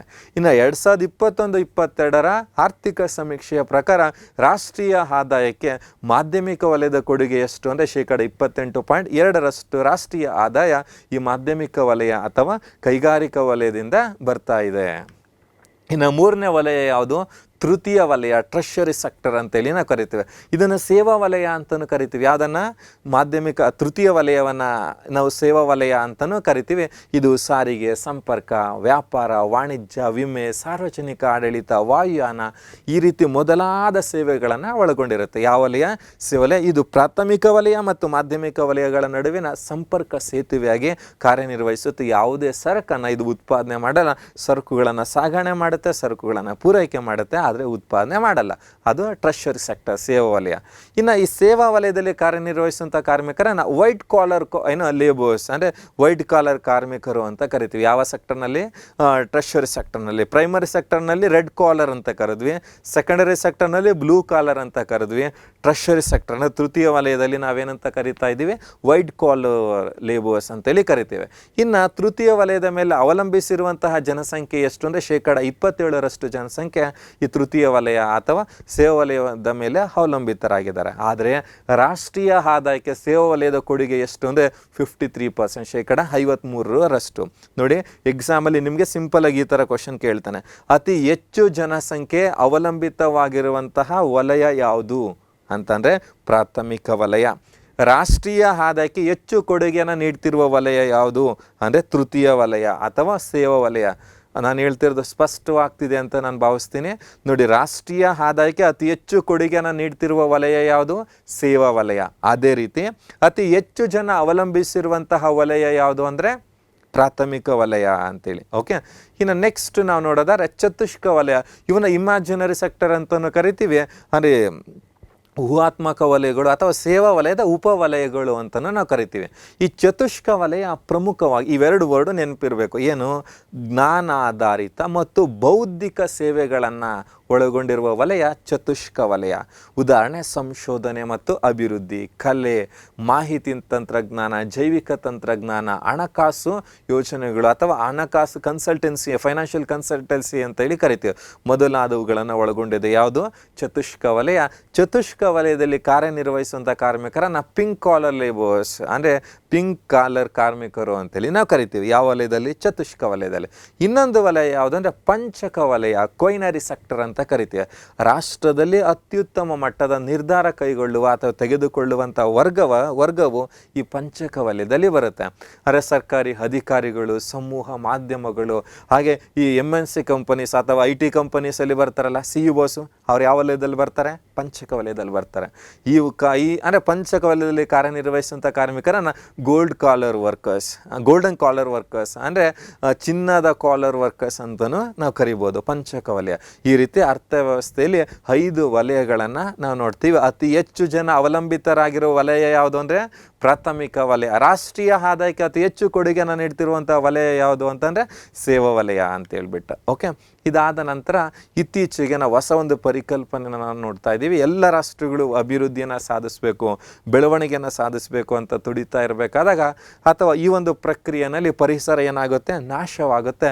ಅಂತಹ ಸಂದರ್ಭದಲ್ಲಿ ಪರಿಸರದ ಸಂರಕ್ಷಣೆಯೊಂದಿಗೆ ಅಭಿವೃದ್ಧಿ ಆಗಬೇಕು ಅನ್ನುವಂತಹ ಹೊಸ ಪರಿಕಲ್ಪನೆ ಬಂದಿದೆ. ಅದೇ ಸುಸ್ಥಿರ ಅಭಿವೃದ್ಧಿ. ಈ ಸುಸ್ಥಿರ ಅಭಿವೃದ್ಧಿ ಅನ್ನುವಂತಹ ಪದವನ್ನು ಮೊದಲು ಬಳಸಿದವರು ಯಾರು ಅಂತ ನಿಮ್ಗೆ ಎಕ್ಸಾಮಲ್ಲಿ ಪ್ರಶ್ನೆ ಕೇಳ್ತಾನೆ. ಈ ಸುಸ್ಥಿರ ಅಂದರೆ sustainable development concept was introduced by Brundtland commission. ಅಂದರೆ ಬ್ರೆಟ್ಲ್ಯಾಂಡ್ ಆಯೋಗ ಮೊದಲ ಬಾರಿಗೆ ಸುಸ್ಥಿರ ಅಭಿವೃದ್ಧಿ ಎನ್ನುವಂತಹ ಪದವನ್ನು ಬಳಸುತ್ತೆ. ಅಂದರೆ 1983ರಲ್ಲಿ ಪರಿಸರ ಮತ್ತು ನೈಸರ್ಗಿಕ ಸಂಪನ್ಮೂಲಗಳ ಮೇಲಿನ ಜಾಗತಿಕ ಆಯೋಗ ಅಂತ ನೇಮಕ ಮಾಡ್ತೀವಿ ಬ್ರೆಟ್ಲ್ಯಾಂಡ್ ರವರ ಅಧ್ಯಕ್ಷತೆಯಲ್ಲಿ. ಅದನ್ನೇ ಬ್ರೆಟ್ಲ್ಯಾಂಡ್ ಕಮಿಷನ್ ಅಂತೇಳಿ ಕರಿತೀವಿ. ಆ ಬ್ರೆಟ್ಲ್ಯಾಂಡ್ ಕಮಿಷನ್ 1987 2017ರಲ್ಲಿ ವರದಿಯನ್ನು ಕೊಡುತ್ತೆ. ಏನಂತ ಅದಕ್ಕೊಂದು ಟೈಟಲ್ ಕೊಟ್ಟಿರುತ್ತೆ, ಏನು ನಮ್ಮ ಸಾಮಾನ್ಯ ಭವಿಷ್ಯ, ಅವರ್ ಕಾಮನ್ ಫ್ಯೂಚರ್ ಅನ್ನುವಂಥ ಒಂದು ಶೀರ್ಷಿಕೆನಲ್ಲಿ ವರದಿಯನ್ನು ಕೊಡುತ್ತೆ. ಏನಂತ ಆ ವರದಿಯಲ್ಲಿ ಮೊದಲ ಬಾರಿಗೆ ಸುಸ್ಥಿರ ಅಭಿವೃದ್ಧಿ ಅನ್ನುವಂತಹ ಪದವನ್ನು ಬಳಸಿ ಆ ಪದವನ್ನು ವ್ಯಾಖ್ಯಾನಿಸಿದೆ. ಏನು ಸುಸ್ಥಿರ ಅಭಿವೃದ್ಧಿ ಅಂದರೆ ಮುಂದಿನ ತಲೆಮಾರಿನ ಆಸೆ ಆಕಾಂಕ್ಷೆಗಳೊಂದಿಗೆ, ನೋಡಿ ಅಪ್ಕಮಿಂಗ್ ಜನ್ರೇಷನ್, ಕಮಿಂಗ್ ಜನ್ರೇಷನ್, ಮುಂದಿನ ತಲೆಮಾರಿನ ಆಸೆ ಆಕಾಂಕ್ಷೆಗಳೊಂದಿಗೆ ಯಾವುದೇ ರಾಜಿ ಇಲ್ಲದೆ ಹಿಂದಿನ ತಲೆಮಾರಿನ ಆಸೆ ಆಕಾಂಕ್ಷೆಗಳನ್ನು ಈಡೇರಿಸುವ ಪ್ರಕ್ರಿಯೆಯನ್ನು ಸುಸ್ಥಿರ ಅಭಿವೃದ್ಧಿ ಅಥವಾ ಅವಿಶ್ರಾಂತ ಅಭಿವೃದ್ಧಿ ಅಂತಲೂ ನಾವು ಕರಿತೀವಿ. ಇದು ಅಂದರೆ ಪ್ರಸ್ತುತ ತಲೆಮಾರು ಮತ್ತು ಮುಂದಿನ ತಲೆಮಾರು ಸಂಯೋಜಿತವಾದಂಥ ಪ್ರಗತಿಯನ್ನು ಸುಸ್ಥಿರ ಅಭಿವೃದ್ಧಿ ಅಂತ ಕರಿತೀವಿ. ಈ ಸುಸ್ಥಿರ ಅಭಿವೃದ್ಧಿ ಏನಕ್ಕೆ ಆದ್ಯತೆ ಕೊಡುತ್ತೆ? ವಿಶೇಷವಾಗಿ ಪರಿಸರ ಸಂರಕ್ಷಣೆಯೊಂದಿಗೆ, ಬಡತನ ನಿರ್ಮೂಲನೆಯೊಂದಿಗೆ ನಾವು ಅಭಿವೃದ್ಧಿಯನ್ನು ಸಾಧಿಸಬೇಕು ಅನ್ನುವಂಥದ್ದು ಸುಸ್ಥಿರ ಅಭಿವೃದ್ಧಿ. ಈ ಹಿನ್ನೆಲೆಯಲ್ಲಿ ವಿಶ್ವಸಂಸ್ಥೆ 2015ರಲ್ಲಿ 17 ಇನ್ನು ಜಾಗತಿಕ ಮಟ್ಟದಲ್ಲಿ ಸಾಧಿಸಬಹುದಾದಂಥ 17 ಗುರಿಯನ್ನು ನಿಗದಿಪಡಿಸುತ್ತೆ. 17 ಗುರಿಯನ್ನು ಸುಸ್ಥಿರ ಅಭಿವೃದ್ಧಿ ಗುರಿಗಳು ಅಂತ ಕರಿತೀವಿ. ಎಷ್ಟು ಸುಸ್ಥಿರ ಅಭಿವೃದ್ಧಿ ಗುರಿಗಳಿದ್ದಾವೆ ಅಂತ ನಿಮ್ಗೆ ಎಕ್ಸಾಮಲ್ಲಿ ಕೇಳ್ತಾನೆ. 17 ಗುರಿಗಳಿದ್ದಾವೆ. ಅದು ಯಾವ ವೇಳೆಗೆ ಸಾಧಿಸಬೇಕು ಅಂದರೆ 2030ರ ವೇಳೆಗೆ ಸಾಧಿಸಬೇಕು. ಆ ಸುಸ್ಥಿರ ಅಭಿವೃದ್ಧಿ ಗುರಿಗಳನ್ನು ರೂಪಿಸಿರುವಂಥವ್ರು ಯಾರು ಅಂದರೆ ವಿಶ್ವಸಂಸ್ಥೆಯ ಸಾಮಾನ್ಯ ಸಭೆ ಅಂತೇಳಿ ನಾವು ಕರಿತೀವಿ. ಇದಿಷ್ಟು ಸುಸ್ಥಿರ ಅಭಿವೃದ್ಧಿಗೆ ಸಂಬಂಧಿಸಿದಂತೆ. ಇನ್ನು ನೆಕ್ಸ್ಟ್ ರಾಷ್ಟ್ರೀಯ ಆದಾಯ. ಎಕನಾಮಿಕ್ಸಲ್ಲಿ ಕೇಳೋಂಥ ಮೇಜರ್ ಪಾರ್ಟ್ ಯಾವುದು ಅಂದರೆ ರಾಷ್ಟ್ರೀಯ ಆದಾಯ. ಏನು ರಾಷ್ಟ್ರೀಯ ಆದಾಯ ಅಂದರೆ ಒಂದು ರಾಷ್ಟ್ರ ಒಂದು ವರ್ಷ ಅವಧಿಯಲ್ಲಿ ಉತ್ಪಾದನೆ ಮಾಡಿದ ಎಲ್ಲ ಸರಕು ಮತ್ತು ಸೇವೆಗಳ ಅಂತಿಮ ಮಾರುಕಟ್ಟೆ ಮೌಲ್ಯವನ್ನು ಅಥವಾ ಅಂತಿಮ ಮೌಲ್ಯವನ್ನು ರಾಷ್ಟ್ರೀಯ ಆದಾಯ ಅಂತ ಕರಿತೀವಿ. ಹಾಗಾದ್ರೆ ನಿಮ್ಗೆ ಎಕ್ಸಾಮಲ್ಲಿ ಏನಂತ ಕೇಳ್ಬೋದು, ರಾಷ್ಟ್ರೀಯ ಆದಾಯವು ಯಾವುದಕ್ಕೆ ಸಂಬಂಧಿಸಿದೆ ಅಂದರೆ ಒಂದು ನಿರ್ದಿಷ್ಟ ರಾಷ್ಟ್ರಕ್ಕೆ ಸಂಬಂಧಿಸಿದೆ, ಹಾಗೆ ಒಂದು ನಿರ್ದಿಷ್ಟ ಅವಧಿಗೆ ಸಂಬಂಧಿಸಿದೆ ಅಂದರೆ ಅದು ಹಣಕಾಸು ವರ್ಷ ಅಂತ ಕರಿತೀವಿ. ಭಾರತದಲ್ಲಿ ಹಣಕಾಸು ವರ್ಷ ಯಾವುದು ಅಂದರೆ ಏಪ್ರಿಲ್ 1 ಮಾರ್ಚ್ 31 ಅಂದರೆ ಏಪ್ರಿಲ್ 1ರಿಂದ ಮಾರ್ಚ್ 31 ಹಣಕಾಸು ವರ್ಷ ಅಂತ ಕರಿತೀವಿ. ಈ ಒಂದು ವರ್ಷ ಅವಧಿಯಲ್ಲಿ ಭಾರತದಲ್ಲಿ ಗಳಿಸಿದಂತಹ ಅಥವಾ ಉತ್ಪಾದನೆಯಾದಂತಹ ಎಲ್ಲ ಸರಕು ಮತ್ತು ಸೇವೆಗಳ ಒಟ್ಟು ಮೌಲ್ಯವನ್ನೇ ರಾಷ್ಟ್ರೀಯ ಆದಾಯ ಅಂತ ಕರಿತೀವಿ. ಈ ರಾಷ್ಟ್ರೀಯ ಆದಾಯ ಮಾಪನದಲ್ಲಿ ಅಂತಿಮ ಸರಕುಗಳನ್ನು ಮಾತ್ರ ಪರಿಗಣಿಸ್ತೀವಿ, ಮಧ್ಯವರ್ತಿ ಸರಕುಗಳನ್ನು ನಾವು ಪರಿಗಣಿಸಲ್ಲ. ಕಾರಣ, ಮಧ್ಯವರ್ತಿ ಸರಕುಗಳು ದ್ವಿಗಣನೆಯ ಸಮಸ್ಯೆಯನ್ನು ಸೃಷ್ಟಿಸ್ತವೆ. ಆ ಹಿನ್ನೆಲೆಯಲ್ಲಿ ಅಂತಿಮ ಸರಕು ಮತ್ತು ಸೇವೆಗಳನ್ನು ರಾಷ್ಟ್ರೀಯ ಆದಾಯ ಮಾಪನದಲ್ಲಿ ಪರಿಗಣಿಸ್ತೀವಿ. ಯಾವುದನ್ನು ಪರಿಗಣಿಸಲ್ಲ ಅಂತ ಕೇಳ್ತಾನೆ, ಮಧ್ಯವರ್ತಿ ಸರಕುಗಳನ್ನು ಪರಿಗಣಿಸಲ್ಲ. ಕಾರಣ ಯಾಕೆ ಅಂತ ಕೇಳಿದ್ರೆ ದ್ವಿಗಣನೆಯ ಸಮಸ್ಯೆಯನ್ನು ಸೃಷ್ಟಿಸ್ತವೆ. ಯಾವ ಸರಕುಗಳು? ಮಧ್ಯವರ್ತಿ ಸರಕುಗಳು ಅಂತ ಹೇಳ್ಬಿಟ್ಟು. ಹಾಗಾದರೆ ಭಾರತದಲ್ಲಿ ಹಣಕಾಸು ವರ್ಷ ಯಾವಾಗಿಂದ ಅಂದರೆ ಏಪ್ರಿಲ್ 1 ಮಾರ್ಚ್ 31ರವರೆಗೆ ಹಣಕಾಸು ವರ್ಷ ಅಂತೇಳಿ ನಾವು ಕರಿತೀವಿ. ಇನ್ನು ರಾಷ್ಟ್ರೀಯ ಆದಾಯವನ್ನು 3 ವಿಧಾನಗಳ ಮೂಲಕ ನಾವು ಮಾಪನ ಮಾಡ್ತೀವಿ. ಒಂದು ಉತ್ಪನ್ನ ವಿಧಾನ, 2 ಆದಾಯದ ವಿಧಾನ, 3ನೇದು ವೆಚ್ಚದ ವಿಧಾನ ಅಂತೇಳಿ 3 ವಿಧಾನಗಳ ಮೂಲಕ ರಾಷ್ಟ್ರೀಯ ಆದಾಯವನ್ನು ಅಂದಾಜು ಮಾಡ್ತೀವಿ. ಈ ಉತ್ಪನ್ನ ವಿಧಾನದಲ್ಲಿ ಒಂದು ರಾಷ್ಟ್ರದಲ್ಲಿ ಅಂದರೆ ಭಾರತದಲ್ಲಿ ಒಂದು ವರ್ಷ ಅವಧಿಯಲ್ಲಿ ಉತ್ಪಾದನೆಯಾದ ಎಲ್ಲ ಸರಕು ಮತ್ತು ಸೇವೆಗಳನ್ನು ಪರಿಗಣಿಸಿ ಅಂದಾಜು ಮಾಡಿದ್ರೆ ಅದನ್ನು ಉತ್ಪಾದನಾ ವಿಧಾನ ಅಂತ ಕರಿತೀವಿ. ಇನ್ನೊಂದು ವಿಧಾನ ವೆಚ್ಚದ ವಿಧಾನ. ರಾಷ್ಟ್ರದ ಎಲ್ಲ ಜನರು ಮಾಡುವಂತಹ ವೆಚ್ಚದ ಒಟ್ಟು ಮೊತ್ತವೇ ರಾಷ್ಟ್ರೀಯ ಆದಾಯ ವೆಚ್ಚದ ವಿಧಾನ. ಯಾವ ರೀತಿ ವೆಚ್ಚವನ್ನು ಮಾಡ್ಬೋದು ನಾವು? ಅನುಭೋಗ ವೆಚ್ಚ, ಹೂಡಿಕೆ ವೆಚ್ಚ. ಇಲ್ಲ ಸರ್ಕಾರ ಇವಾಗ ಫ್ರೀಯಾಗಿ ಕೊಡ್ತಿದೆಯಲ್ಲ, ಫ್ರೀ ಅಕ್ಕಿ, ಫ್ರೀ ಬಸ್ ಪಾಸು, ಫ್ರೀಯಾಗಿ ಎಲ್ಲ ಕೊಡ್ತಿದೆಯಲ್ಲ, ಹಾಗಾದ್ರೆ ನಮ್ಮ ಪರವಾಗಿ ಯಾರು ಖರ್ಚು ಮಾಡ್ತಾರಲ್ಲಿ? ಸರ್ಕಾರ. ನಮ್ಮ ಅನುಭೋಗ ವೆಚ್ಚ ಅಂದರೆ ನಮಗೆ ಯಾವುದೇ ಸ್ವತ್ತು ನಿರ್ಮಾಣ ಆಗಿಲ್ಲ ಅಂದರೆ ಅದು ಅನುಭೋಗ ವೆಚ್ಚ ಆಗುತ್ತೆ. ಈಗ ನಾವೇನಾದ್ರು ಗೋಲ್ಡನ್ನು ಪರ್ಚೇಸ್ ಮಾಡಿದ್ರೆ, ಇಲ್ಲ ನಾವೇನಾದರೂ ಲ್ಯಾಂಡನ್ನು ಪರ್ಚೇಸ್ ಮಾಡಿದ್ರೆ, ಸೈಟನ್ನು ಪರ್ಚೇಸ್ ಮಾಡಿದ್ರೆ, ಮನೆಯನ್ನು ಪರ್ಚೇಸ್ ಮಾಡಿದ್ರೆ ಅದು ಇನ್ವೆಸ್ಟ್ಮೆಂಟ್ ಅಂತ ಕರಿತೀವಲ್ಲ, ಅದನ್ನು ಹೂಡಿಕೆ ವೆಚ್ಚ, ಅನುಭೋಗ ವೆಚ್ಚ, ಸರ್ಕಾರದ ವೆಚ್ಚ. ಇದರ ಒಟ್ಟು ಮೊತ್ತವೇ ರಾಷ್ಟ್ರೀಯ ಆದಾಯ ವೆಚ್ಚದ ವಿಧಾನದಲ್ಲಿ. ಅದೇ ರೀತಿ ಆದಾಯದ ವಿಧಾನ ಅಂತ ಕರಿತೀವಿ. ನೋಡಿ, ಉತ್ಪಾದನಾಂಗಗಳು ಅಂತ ನಾವು ಕರಿತೀವಿ. ಭೂಮಿ, ಶ್ರಮ, ಬಂಡವಾಳ ಮತ್ತು ಸಂಘಟನೆನ ಉತ್ಪಾದನಾಂಗಗಳು ಅಂತ ಕರಿತೀವಿ. ನಿಮ್ಮ ಎಕ್ಸಾಮಲ್ಲಿ ಕೇಳ್ಬೋದು, ಈ ಉತ್ಪಾದನಾಂಗಗಳು ಯಾವುವು? ಭೂಮಿ, ಶ್ರಮ, ಬಂಡವಾಳ ಮತ್ತು ಸಂಘಟನೆ. ಭೂಮಿಗೆ ಪ್ರತಿಫಲವಾಗಿ ಗೇಣಿಯನ್ನು, ಶ್ರಮಕ್ಕೆ ಪ್ರತಿಫಲವಾಗಿ ಕೂಲಿಯನ್ನು, ಬಂಡವಾಳಕ್ಕೆ ಪ್ರತಿಫಲವಾಗಿ ಬಡ್ಡಿಯನ್ನು, ಸಂಘಟನೆಗೆ ಪ್ರತಿಫಲವಾಗಿ ಲಾಭವನ್ನು ಹಂಚಿಕೆ ಮಾಡ್ತೀವಲ್ವ. ಈ ಭೂಮಿ, ಅಂದರೆ ಭೂಮಿಗೆ ಗೇಣಿ ಅಂದರೆ ಗೇಣಿ, ಕೂಲಿ, ಬಡ್ಡಿ ಮತ್ತು ಲಾಭದ ಒಟ್ಟು ಮೊತ್ತವೇ ರಾಷ್ಟ್ರೀಯ ಆದಾಯ ವಿಧಾನದಲ್ಲಿ. ಅಂದರೆ ಎಲ್ಲ ವ್ಯಕ್ತಿಗಳು ಗಳಿಸುವ ಗೇಣಿ ರೂಪದ ಆದಾಯ, ಎಲ್ಲ ವ್ಯಕ್ತಿಗಳು ಗಳಿಸುವ ಕೂಲಿ ರೂಪದ ಆದಾಯ, ಎಲ್ಲ ವ್ಯಕ್ತಿಗಳು ಗಳಿಸುವ ಬಡ್ಡಿ ರೂಪದ ಆದಾಯ, ಹಾಗೆ ಎಲ್ಲ ವ್ಯಕ್ತಿಗಳು ಗಳಿಸುವಂತಹ ಲಾಭ ರೂಪದ ಆದಾಯದ ಒಟ್ಟು ಮೊತ್ತವೇ ರಾಷ್ಟ್ರೀಯ ಆದಾಯ ಅಂತ ಕರಿತೀವಿ. ನಿಮಗೆ ಎಕ್ಸಾಮಲ್ಲಿ ಕೊಟ್ಟು ಈ ಕೆಳಗಿನ ಯಾವ ವಿಧಾನಗಳನ್ನು ರಾಷ್ಟ್ರೀಯ ಆದಾಯ ಮಾಪನದಲ್ಲಿ ಪರಿಗಣಿಸ್ತೀವಿ ಅಂತ ಕೇಳ್ಬೋದು, ಇಲ್ಲ ಯಾವುದನ್ನು ಪರಿಗಣಿಸಲ್ಲ ಅಂತ ಕೇಳ್ಬೋದು. ಒಟ್ಟಾರೆ ಇವು 3 ನೆನಪಿತ್ತು ಅಂದರೆ ನಿಮ್ಗೆ ಹೆಂಗೆ ಕ್ವಶನ್ ಕೇಳಿದ್ರು ಆನ್ಸರ್ ಮಾಡ್ಬೋದು. ಯಾವುದು? ಉತ್ಪಾದನಾ ವಿಧಾನ ಪ್ರಾಡಕ್ಟ್ ಮೆಥಡ್, ಎಕ್ಸ್ಪೆಂಡಿಚರ್ ಮೆಥಡ್ ವೆಚ್ಚದ ವಿಧಾನ, ಇನ್ಕಮ್ ಮೆಥಡ್ ಆದಾಯ ವಿಧಾನ. ಈ 3 ವಿಧಾನಗಳ ಮೂಲಕ ರಾಷ್ಟ್ರೀಯ ಆದಾಯವನ್ನು ಅಂದಾಜು ಮಾಡ್ತೀವಿ. ಇನ್ನು ರಾಷ್ಟ್ರೀಯ ಆದಾಯದ ಪರಿಕಲ್ಪನೆಗಳು, ಇದನ್ನು ಫುಲ್ ಫಾರ್ಮ್ಗೆ ಕೇಳಿದ್ದಾನೆ. ಲಾಸ್ಟ್ ಎಕ್ಸಾಮ್ಸೆಲ್ಲ ನಾವು ನೋಡಿದ್ರೆ ಫುಲ್ ಫಾರ್ಮ್ಗೆ ಕೇಳಿದ್ದಾನೆ. ಒಟ್ಟು ದೇಶೀಯ ಉತ್ಪನ್ನ GDP ಗ್ರಾಸ್ ಡೊಮೆಸ್ಟಿಕ್ ಪ್ರಾಡಕ್ಟ್, ಒಟ್ಟು ದೇಶೀಯ ಉತ್ಪನ್ನ. NDP ನೆಟ್ ಡೊಮೆಸ್ಟಿಕ್ ಪ್ರಾಡಕ್ಟ್, ನಿವ್ವಳ ದೇಶೀಯ ಉತ್ಪನ್ನ. GNP ಒಟ್ಟು ರಾಷ್ಟ್ರೀಯ ಉತ್ಪನ್ನ ಅಂದರೆ ಗ್ರಾಸ್ ನ್ಯಾಷನಲ್ ಪ್ರಾಡಕ್ಟ್ ಅಂತ. ಹಾಗೆಯೇ NNP ನಿವ್ವಳ ರಾಷ್ಟ್ರೀಯ ಉತ್ಪನ್ನ ಅಂದರೆ ನೆಟ್ ನ್ಯಾಷನಲ್ ಪ್ರಾಡಕ್ಟ್ ಅಂತೇಳಿ 4 ಪರಿಕಲ್ಪನೆಗಳನ್ನು ನಾವು ನೋಡ್ತೀವಿ. ಇನ್ನು ಮುಂದೆ ಒಂದು ಸ್ವಲ್ಪ ಸ್ಟೆಪ್ ಮುಂದೆ ಹೋಗಿ ಏನಾರು ಪ್ರಶ್ನೆ ಕೇಳಿದ್ರೆ GDPಗೂ NDPಗೂ ವ್ಯತ್ಯಾಸ ಏನು, GNPಗೂ NNPಗೂ ವ್ಯತ್ಯಾಸ ಏನಂತ ಕೇಳ್ತಾನೆ. ಓಕೆ, ಫಸ್ಟ್ ಒನ್ ನೋಡೋಣ.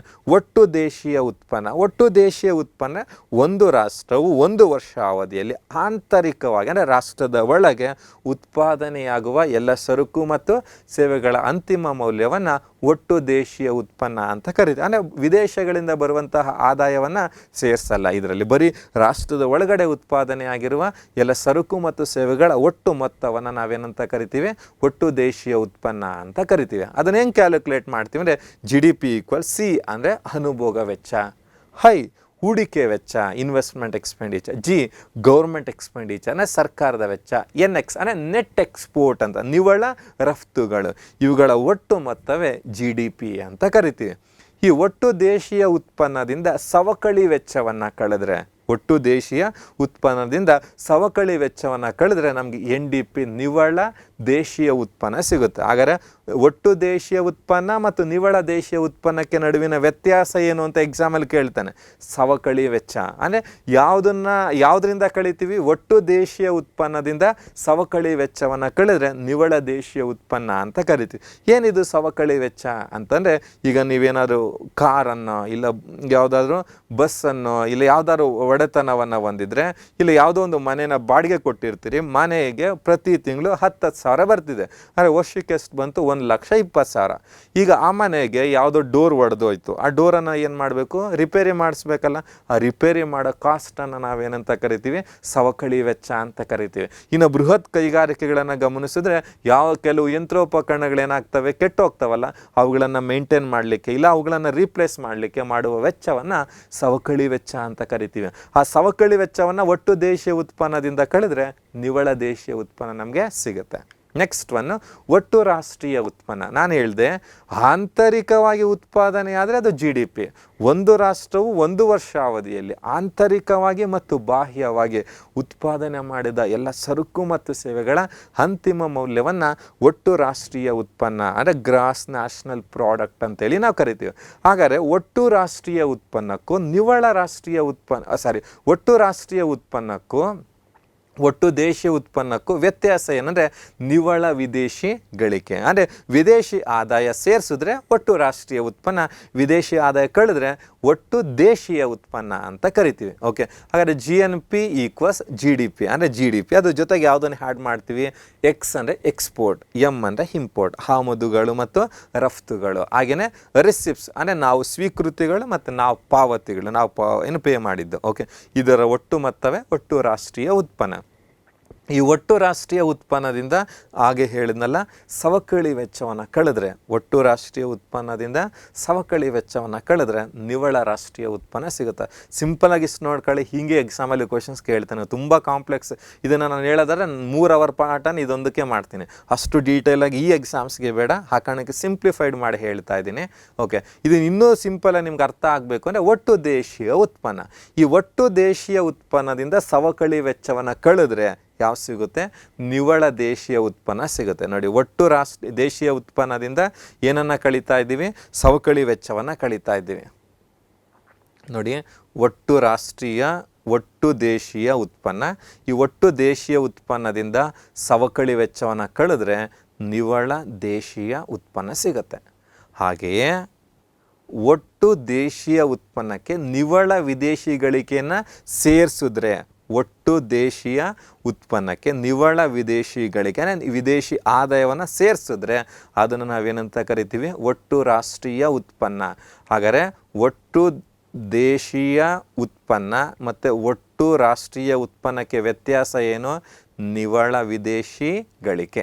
ಹಾಗೆ ಒಟ್ಟು ದೇಶೀಯ ಉತ್ಪನ್ನ ಮತ್ತು ನಿವ್ವಳ ದೇಶೀಯ ಉತ್ಪನ್ನ ಇವೆರಡಕ್ಕೆ ವ್ಯತ್ಯಾಸ ಏನು? ಸವಕಳಿ ವೆಚ್ಚ. ಓಕೆ, ಹಾಗೆಯೇ ನೋಡಿ, ಇಲ್ಲಿ ನೋಡಿ, ನಿವ್ವಳ ವಿದೇಶಿ ಗಳಿಕೆಯನ್ನು ಸೇರಿಸಿದ್ರೆ ಯಾವ ಸಿಗುತ್ತೆ? ಒಟ್ಟು ರಾಷ್ಟ್ರೀಯ. ಈ ಒಟ್ಟು ರಾಷ್ಟ್ರೀಯ ಉತ್ಪನ್ನದಿಂದ ಸವಕಳಿ ವೆಚ್ಚವನ್ನು ಕಳೆದ್ರೆ ನಿವ್ವಳ ರಾಷ್ಟ್ರೀಯ ಉತ್ಪನ್ನ. ನೋಡಿ, ಒಟ್ಟು ದೇಶೀಯ ಉತ್ಪನ್ನ ಮತ್ತು ಒಟ್ಟು ರಾಷ್ಟ್ರೀಯ ಉತ್ಪನ್ನಗಳ ನಡುವಿನ ವ್ಯತ್ಯಾಸ ನಿವ್ವಳ ವಿದೇಶಿ ಗಳಿಕೆ. ನೋಡಿ, ನಿವ್ವಳ ದೇಶೀಯ ಉತ್ಪನ್ನ ಮತ್ತು ನಿವ್ವಳ ರಾಷ್ಟ್ರೀಯ ಉತ್ಪನ್ನ ವ್ಯತ್ಯಾಸ ನಿವ್ವಳ ವಿದೇಶಿ ಗಳಿಕೆ. ಹಾಗೆಯೇ ಒಟ್ಟು ದೇಶೀಯ ಉತ್ಪನ್ನ ಮತ್ತು ಒಟ್ಟು ನಿವ್ವಳ ಬಂತು ಅಂದರೆ ಸವಕಳಿ, ಒಟ್ಟು ನಿವ್ವಳ ಬಂತು ಅಂದರೆ ಸವಕಳಿ ವೆಚ್ಚ ವ್ಯತ್ಯಾಸ ಇರುತ್ತೆ. ನೋಡಿ, ದೇಶೀಯ ಮತ್ತು ರಾಷ್ಟ್ರೀಯ ವ್ಯತ್ಯಾಸ ಏನು? ನಿವ್ವಳ ವಿದೇಶಿ ಗಳಿಕೆ. ಇಲ್ಲೂ ಅಷ್ಟೇ ನೋಡಿ, ನಿವ್ವಳ ದೇಶೀಯ ನಿವ್ವಳ ರಾಷ್ಟ್ರೀಯ ವ್ಯತ್ಯಾಸ ಏನು? ನಿವ್ವಳ ವಿದೇಶಿ ಗಳಿಕೆ ಅಂತ ನಾವು ಕರಿತೀವಿ. ಇಷ್ಟನ್ನ ಕರೆಕ್ಟಾಗಿ ನೋಡ್ಕೊಂಡ್ರೆ ನಿಮ್ಗೆ ಎಕ್ಸಾಮಲ್ಲಿ ಹೆಂಗೆ ಕ್ವಶನ್ ಕೇಳಿದ್ರು ಆನ್ಸರ್ ಮಾಡ್ಬೋದು. ಓಕೆ, ಇನ್ನು ನೆಕ್ಸ್ಟ್ ನೋಡೋಣ ತಲಾ ಆದಾಯ. ಅಂದರೆ ಒಂದು ರಾಷ್ಟ್ರದ ಒಟ್ಟು ಜನಸಂಖ್ಯೆ, ಅಂದರೆ ಒಂದು ರಾಷ್ಟ್ರದ ಒಟ್ಟು ರಾಷ್ಟ್ರೀಯ ಆದಾಯವನ್ನು ಅಲ್ಲಿನ ಜನಸಂಖ್ಯೆಯಿಂದ ಭಾಗಿಸಿದ್ರೆ ನಮಗೆ ತಲಾ ಆದಾಯ ಸಿಗುತ್ತೆ. ಅಂದರೆ ರಾಷ್ಟ್ರದ ಜನರ ಸರಾಸರಿ ವಾರ್ಷಿಕ ಆದಾಯವನ್ನು ತಲಾ ಆದಾಯ ಅಂತ ಕರಿತೀವಿ. ರಾಷ್ಟ್ರದ ಜನರ ವಾರ್ಷಿಕ ಸರಾಸರಿ ಆದಾಯವನ್ನು ನಾವೇನಂತ ಕರಿತೀವಿ? ತಲಾ ಆದಾಯ ಅಂತ ಕರಿತೀವಿ. ಹೆಂಗಿದನ್ನು ಕಂಡುಹಿಡಿತೀವಿ? ತಲಾ ಆದಾಯ ಅಂದರೆ ಒಟ್ಟು ರಾಷ್ಟ್ರೀಯ ಆದಾಯವನ್ನು ಒಟ್ಟು ಜನಸಂಖ್ಯೆಯಿಂದ ಭಾಗಿಸಿದ್ರೆ ನಮ್ಗೆ ಯಾವ ಸಿಗುತ್ತೆ? ತಲಾ ಆದಾಯ ಸಿಗುತ್ತೆ. ಈ ತಲಾ ಆದಾಯದಲ್ಲಿ ನೈಜ ತಲಾ ಆದಾಯ ಮತ್ತು ನಾಮಮಾತ್ರ ತಲಾ ಆದಾಯ ಅಂತ ಇರುತ್ತೆ. ಅಂದರೆ ರಾಷ್ಟ್ರೀಯ ಆದಾಯನ ಪ್ರಸ್ತುತ ವರ್ಷದ ಬೆಲೆಗಳಲ್ಲಿ ಅಂದಾಜು ಮಾಡಿದ್ದಾರೆ, ಅದನ್ನು ನಾಮಮಾತ್ರ ತಲಾದಾಯ ಅಂತ ಕರಿತೀವಿ. ಇನ್ನು ರಾಷ್ಟ್ರೀಯ ಆದಾಯನ ಮೂಲ ವರ್ಷದ ಬೆಲೆಗಳಲ್ಲಿ ಅಂದಾಜು ಮಾಡಿದರೆ ನೈಜ ತಲಾದಾಯ ಅಂತೇಳಿ ನಾವು ಕರಿತೀವಿ. ಫಾರ್ ಎಕ್ಸಾಂಪಲ್, ಭಾರತದ ತಲಾದಾಯವನ್ನು ಮತ್ತು ರಾಷ್ಟ್ರೀಯ ಆದಾಯವನ್ನು ಅಂದಾಜು ಮಾಡಲಿಕ್ಕೆ 2011 ಮತ್ತು 2012 ಮೂಲ ವರ್ಷ ಅಂತ ಬಳಸ್ತಾ ಇದ್ದೀವಿ. ಈಗ 2022-23 ತಲಾ ಆದಾಯವನ್ನು 2011 ಮತ್ತು 2012 ಅಂದರೆ ಮೂಲ ವರ್ಷದ ಬೆಲೆಗಳಲ್ಲಿ ಅಂದಾಜು ಮಾಡಿದ್ದಾರೆ, ಅದನ್ನು ನೈಜ ತಲಾ ಆದಾಯ ಅಂತ ಕರಿತೀವಿ. ಅದೇ ತಲಾ ಆದಾಯವನ್ನು ಪ್ರಸ್ತುತ 22-23 ವರ್ಷದ ಬೆಲೆಗಳಲ್ಲೇ ಅಂದಾಜು ಮಾಡಿದರೆ ಅದನ್ನು ನಾಮಮಾತ್ರ ತಲಾ ಆದಾಯ ಅಂತ ಕರಿತೀವಿ. ಇನ್ನು ಎಕ್ಸಾಮಲ್ಲಿ ನಮಗೆ ಡೈರೆಕ್ಟಾಗಿ ಕ್ವಶನ್ ಕೇಳ್ಬೋದು, ಎಷ್ಟಿದೆ ಭಾರತದ ತಲಾ ಆದಾಯ ಅಂತಲೂ ಕೇಳ್ಬೋದು. ನೆಕ್ಸ್ಟು ಅಂದರೆ ಭಾರತದ ತಲಾದಾಯ ಎಷ್ಟಿದೆ ಅಂತ ನೋಡಿಬಿಡೋಣ. ಭಾರತದ ತಲಾದಾಯ ಎಷ್ಟಿದೆ ಅಂದರೆ 2021-22 ಸಾಲಿನಲ್ಲಿ ನೈಜ ತಲಾದಾಯ ಎಷ್ಟಿತ್ತು ಅಂದರೆ 91,481 ರೂಪಾಯಿ ಇತ್ತು ನೈಜ ತಲಾದಾಯ. ಯಾವ ವರ್ಷ? 21-22. ಅಂದರೆ ಪ್ರಸ್ತುತ ಎಷ್ಟು? 22-23ಕ್ಕೆ ಎಷ್ಟು ಜಾಸ್ತಿ ಆಗಿದೆ? 96,522 ರೂಪಾಯಿ ಇದೆ ಭಾರತದ ನೈಜ ತಲಾದಾಯ. ಇದು ಮೂಲ ವರ್ಷದ ಬೆಲೆಗಳಲ್ಲಿ. ಓಕೆ, ಹಾಗೆಯೇ ನೋಡಿ, ನಾಮಮಾತ್ರ ತಲಾದಾಯ ಅಂದರೆ ಯಾವ ವರ್ಷದ ಬೆಲೆಗಳಲ್ಲಿ? ಪ್ರಸ್ತುತ ವರ್ಷದ ಬೆಲೆಗಳಲ್ಲಿ. ನೈಜ ತಲಾದಾಯ ಅಂದರೆ ಮೂಲ ವರ್ಷದ ಬೆಲೆಗಳು. ಅಂದರೆ ಮೂಲ ವರ್ಷ ಯಾವುದು? 11 ಮತ್ತು 12 ಮೂಲ ವರ್ಷ ಅಂತ ಕರಿತೀವಿ. ಆ ಬೆಲೆಗಳಲ್ಲಿ ಮಾಪನ ಮಾಡಿದ್ರೆ ನೈಜ ತಲಾದಾಯ. ಪ್ರಸ್ತುತ ವರ್ಷದ ಬೆಲೆಗಳಲ್ಲೇ ಮಾಪನ ಮಾಡಿದ್ರೆ ಅದನ್ನು ನಾಮಮಾತ್ರ ತಲಾದಾಯ. ಯಾವುದು ಜಾಸ್ತಿ ಇರುತ್ತೆ? ನೈಜ ಕಡಿಮೆ ಇರುತ್ತೆ, ನಾಮಮಾತ್ರ ಜಾಸ್ತಿ ಇರುತ್ತೆ. ಹಾಗಾದರೆ ನಾವು 2021-22 ಎಷ್ಟಿತ್ತು ನೈಜ? 91,481 ಇತ್ತು. ಆದರೆ ನಾಮಮಾತ್ರ 1,50,57 ರೂಪಾಯಿ ಇತ್ತು. ಅಂದರೆ ನಮ್ಗೆ ಎಕ್ಸಾಮಲ್ಲಿ ಇದನ್ನ ಏನಾದ್ರು ಕೇಳಿದ್ರೆ 2022-23 ಭಾರತದ ನೈಜ ತಲಾದಾಯ ಎಷ್ಟು ಅಂದರೆ 96,522 ರೂಪಾಯಿ ಇದೆ. ಒಂದು ವೇಳೆ ನಾಮಮಾತ್ರ ಆದಾಯ ಎಷ್ಟು ಅಂತ ಕೇಳಿದ್ರೆ 1,70,620 ಇದೆ. ಇಲ್ಲ ಯಾವುದೋ ಒಂದನ್ನು ಕೊಟ್ಟಿದ್ರೆ ಎಷ್ಟು ಅಂತಂದರೆ ಇಲ್ಲ 96,000 ಆಗಿರುತ್ತೆ, ನೋಡಿ, ಇಲ್ಲ 96,522 ರೂಪಾಯಿ ಇರುತ್ತೆ, ಇಲ್ಲ 1,70,620 ರೂಪಾಯಿ ಇರುತ್ತೆ. ಯಾವ್ದಾದ್ರು ಒಂದಕ್ಕೆ ನೀವು ಚೂಸ್ ಮಾಡಬೇಕು. ಓಕೆ, ಇನ್ನು ನಂತರ ರಾಷ್ಟ್ರೀಯ ಆದಾಯಕ್ಕೆ ವಲಯವಾರು ಕೊಡುಗೆಯನ್ನು ಕೇಳ್ತಾ ಬರ್ತಾನೆ. ನಾನು ನಿಮ್ಗೆ ಆಲ್ರೆಡಿ ಬಿಗಿನಿಂಗ್ ಹೇಳಿದ್ದೆ, ನಮ್ಮಲ್ಲಿ 3 ವಲಯಗಳು ರಾಷ್ಟ್ರೀಯ ಆದಾಯಕ್ಕೆ ಕೊಡುಗೆಯನ್ನು ಕೊಡ್ತಾ ಇದೆ. ಒಂದು ಕೃಷಿ ವಲಯ, ಇನ್ನೊಂದು ಕೈಗಾರಿಕಾ ವಲಯ, ಇನ್ನೊಂದು ಸೇವಾ ವಲಯ. ಈಗ 2020-21 ಇತ್ತಲ್ಲ, ಕೋವಿಡ್ ಬಂದಿತ್ತಲ್ಲ, ಆ ಪೀರಿಯಡಲ್ಲಿ ಕೃಷಿ ಕೊಡುಗೆ ಜಾಸ್ತಿ ಆಗಿತ್ತು, 20.2ರಷ್ಟಿತ್ತು. 2021-22 ನಮ್ಗೆ ಇವತ್ತು ಲಭ್ಯ ಇರುವಂಥ ಡೇಟಾಸ್ ಯಾವುದು? 21-22. 2021-22 ಅಂಕಿಅಂಶಗಳ ಪ್ರಕಾರ ಕೃಷಿ ವಲಯದ ಕೊಡುಗೆ ರಾಷ್ಟ್ರೀಯ ಆದಾಯಕ್ಕೆ ಎಷ್ಟು ಅಂದರೆ 18.8, 18.8ರಷ್ಟಿದೆ. ಕೈಗಾರಿಕಾ ವಲಯದ ಕೊಡುಗೆ ಎಷ್ಟು ಅಂದರೆ 28.2ರಷ್ಟಿದೆ. ಸೇವಾ ವಲಯದ ಕೊಡುಗೆ ಎಷ್ಟು ಅಂದರೆ 53%ರಷ್ಟಿದೆ. ಹಾಗಾದರೆ ಭಾರತದ ರಾಷ್ಟ್ರೀಯ ಆದಾಯಕ್ಕೆ ಹೆಚ್ಚು ಕೊಡುಗೆಯನ್ನು ನೀಡ್ತಿರುವಂತಹ ವಲಯ ಯಾವುದು ಅಂದರೆ ಸೇವಾ ವಲಯ. ಆದರೆ ಅತಿ ಹೆಚ್ಚು ಜನರಿಗೆ ಉದ್ಯೋಗವನ್ನು ನೀಡ್ತಿರುವಂತಹ ವಲಯ ಅಥವಾ ಅತಿ ಹೆಚ್ಚು ಜನ ಅವಲಂಬಿತರಾಗಿರುವಂತಹ ವಲಯ ಯಾವುದು ಅಂತ ಅಂದರೆ ಕೃಷಿ ವಲಯ ಅಥವಾ ಪ್ರಾಥಮಿಕ ವಲಯ ಅಂತ ಕರಿತೀವಿ. ಇದಾದ ನಂತರ ನಮಗೆ ಭಾರತದಲ್ಲಿ ರಾಷ್ಟ್ರೀಯ ಆದಾಯ ಮಾಪನವನ್ನು ಯಾವ ಥರ ಮಾಡಿದ್ರು, ಯಾರು ಮಾಡಿದ್ರು ಫಸ್ಟು ಅಂತ ಕೇಳ್ತಾನೆ. ತುಂಬ ಎಕ್ಸಾಮಲ್ಲಿ ನಿಮ್ಮ ಪೊಲೀಸ್ ಕಾನ್ಸ್ಟೇಬಲ್ ಎಕ್ಸಾಮಲ್ಲಿ ಅಗೇನ್ ಆ್ಯಂಡ್ ಅಗೇನ್ ರಿಪೀಟ್ ಆಗ್ತಾ ಬಂದಿದ್ದಾವೆ. ಹಾಗಾದರೆ ಭಾರತದಲ್ಲಿ ರಾಷ್ಟ್ರೀಯ ಆದಾಯವನ್ನು ಮೊಟ್ಟ ಮೊದಲಿಗೆ ಮಾಪನ ಮಾಡಿದವರು ಯಾರು ಅಂದರೆ ದಾದಾಬಾಯ್ ನವರೋಜಿ. ಇಲ್ಲಿ ಎಕ್ಸಾಮಲ್ಲಿ ಇನ್ನೂ ಕೇಳ್ಬೋದು, ಭಾರತದ ವೃದ್ಧ ಪಿತಾಮಹ ಅಂತ ಯಾರನ್ನ ಕರಿತೀವಿ ಅಂದರೆ ದಾದಾಬಾಯ್ ನವರೋಜಿ. ಈ ದಾದಾಬಾಯ್ ನವರೋಜಿ ಭಾರತದಲ್ಲಿ ಮೊದಲ ಬಾರಿಗೆ ರಾಷ್ಟ್ರೀಯ ಆದಾಯವನ್ನು ಅಂದಾಜು ಮಾಡ್ತಾರೆ. ಅವ್ರು ಹೇಳ್ತಾರೆ, ಭಾರತದ ಬಡತನಕ್ಕೆ, ಭಾರತವು ಹಿಂದುಳಿದಿರಲಿಕ್ಕೆ ಪ್ರಮುಖ ಕಾರಣ ಬ್ರಿಟಿಷರ ದಬ್ಬಾಳಿಕೆ ಅಂತ ಕರೀತಾರೆ. ಅವರು ಒಂದು ಗ್ರಂಥವನ್ನು ಬರೀತಾರೆ. ಯಾವ ಗ್ರಂಥ ಅಂದರೆ poverty and un British rule in India. ನೆನ್ಪಿಟ್ಕೋಬೇಕು, ಈ ಬುಕ್ಕನ್ನು ತುಂಬ ಸರಿ ರಿಪೀಟ್ ಆಗಿದೆ. Poverty and un British rule in India. ಯಾವ ವರ್ಷ ಇದು ಪ್ರಕಟ ಆಗಿದ್ದು ಅಂದರೆ 1867-68 ಪ್ರಕಟಿಸ್ತಾರೆ. ಈ ಒಂದು ಗ್ರಂಥದಲ್ಲಿ ಮೊದಲ ಬಾರಿಗೆ ಭಾರತದಲ್ಲಿ ಯಾವುದನ್ನು ಅಂದಾಜು ಮಾಡ್ತಾರೆ? ರಾಷ್ಟ್ರೀಯ ಆದಾಯವನ್ನು. ಹಾಗಾದರೆ ಭಾರತದಲ್ಲಿ ರಾಷ್ಟ್ರೀಯ ಆದಾಯವನ್ನು ಅಂದಾಜು ಮಾಡಿದಂತಹ ಕೀರ್ತಿ, ಮೊದಲ ಬಾರಿಗೆ ಅಂದಾಜು ಮಾಡಿದಂಥ ಕೀರ್ತಿ ಯಾರಿಗೆ ಸಲ್ಲುತ್ತೆ? ದಾದಾಬಾಯ್ ನವರೋಜಿ. ಹಾಗಾದರೆ ದಾದಾಬಾಯ್ ನವರೋಜಿ ಬರೆದಂಥ ಗ್ರಂಥ ಯಾವುದು ಅಂದರೆ poverty and un British rule in India. ಯಾವ ಇಯರ್ ಅದು ಪಬ್ಲಿಷ್ ಆಯಿತು? 1867-68.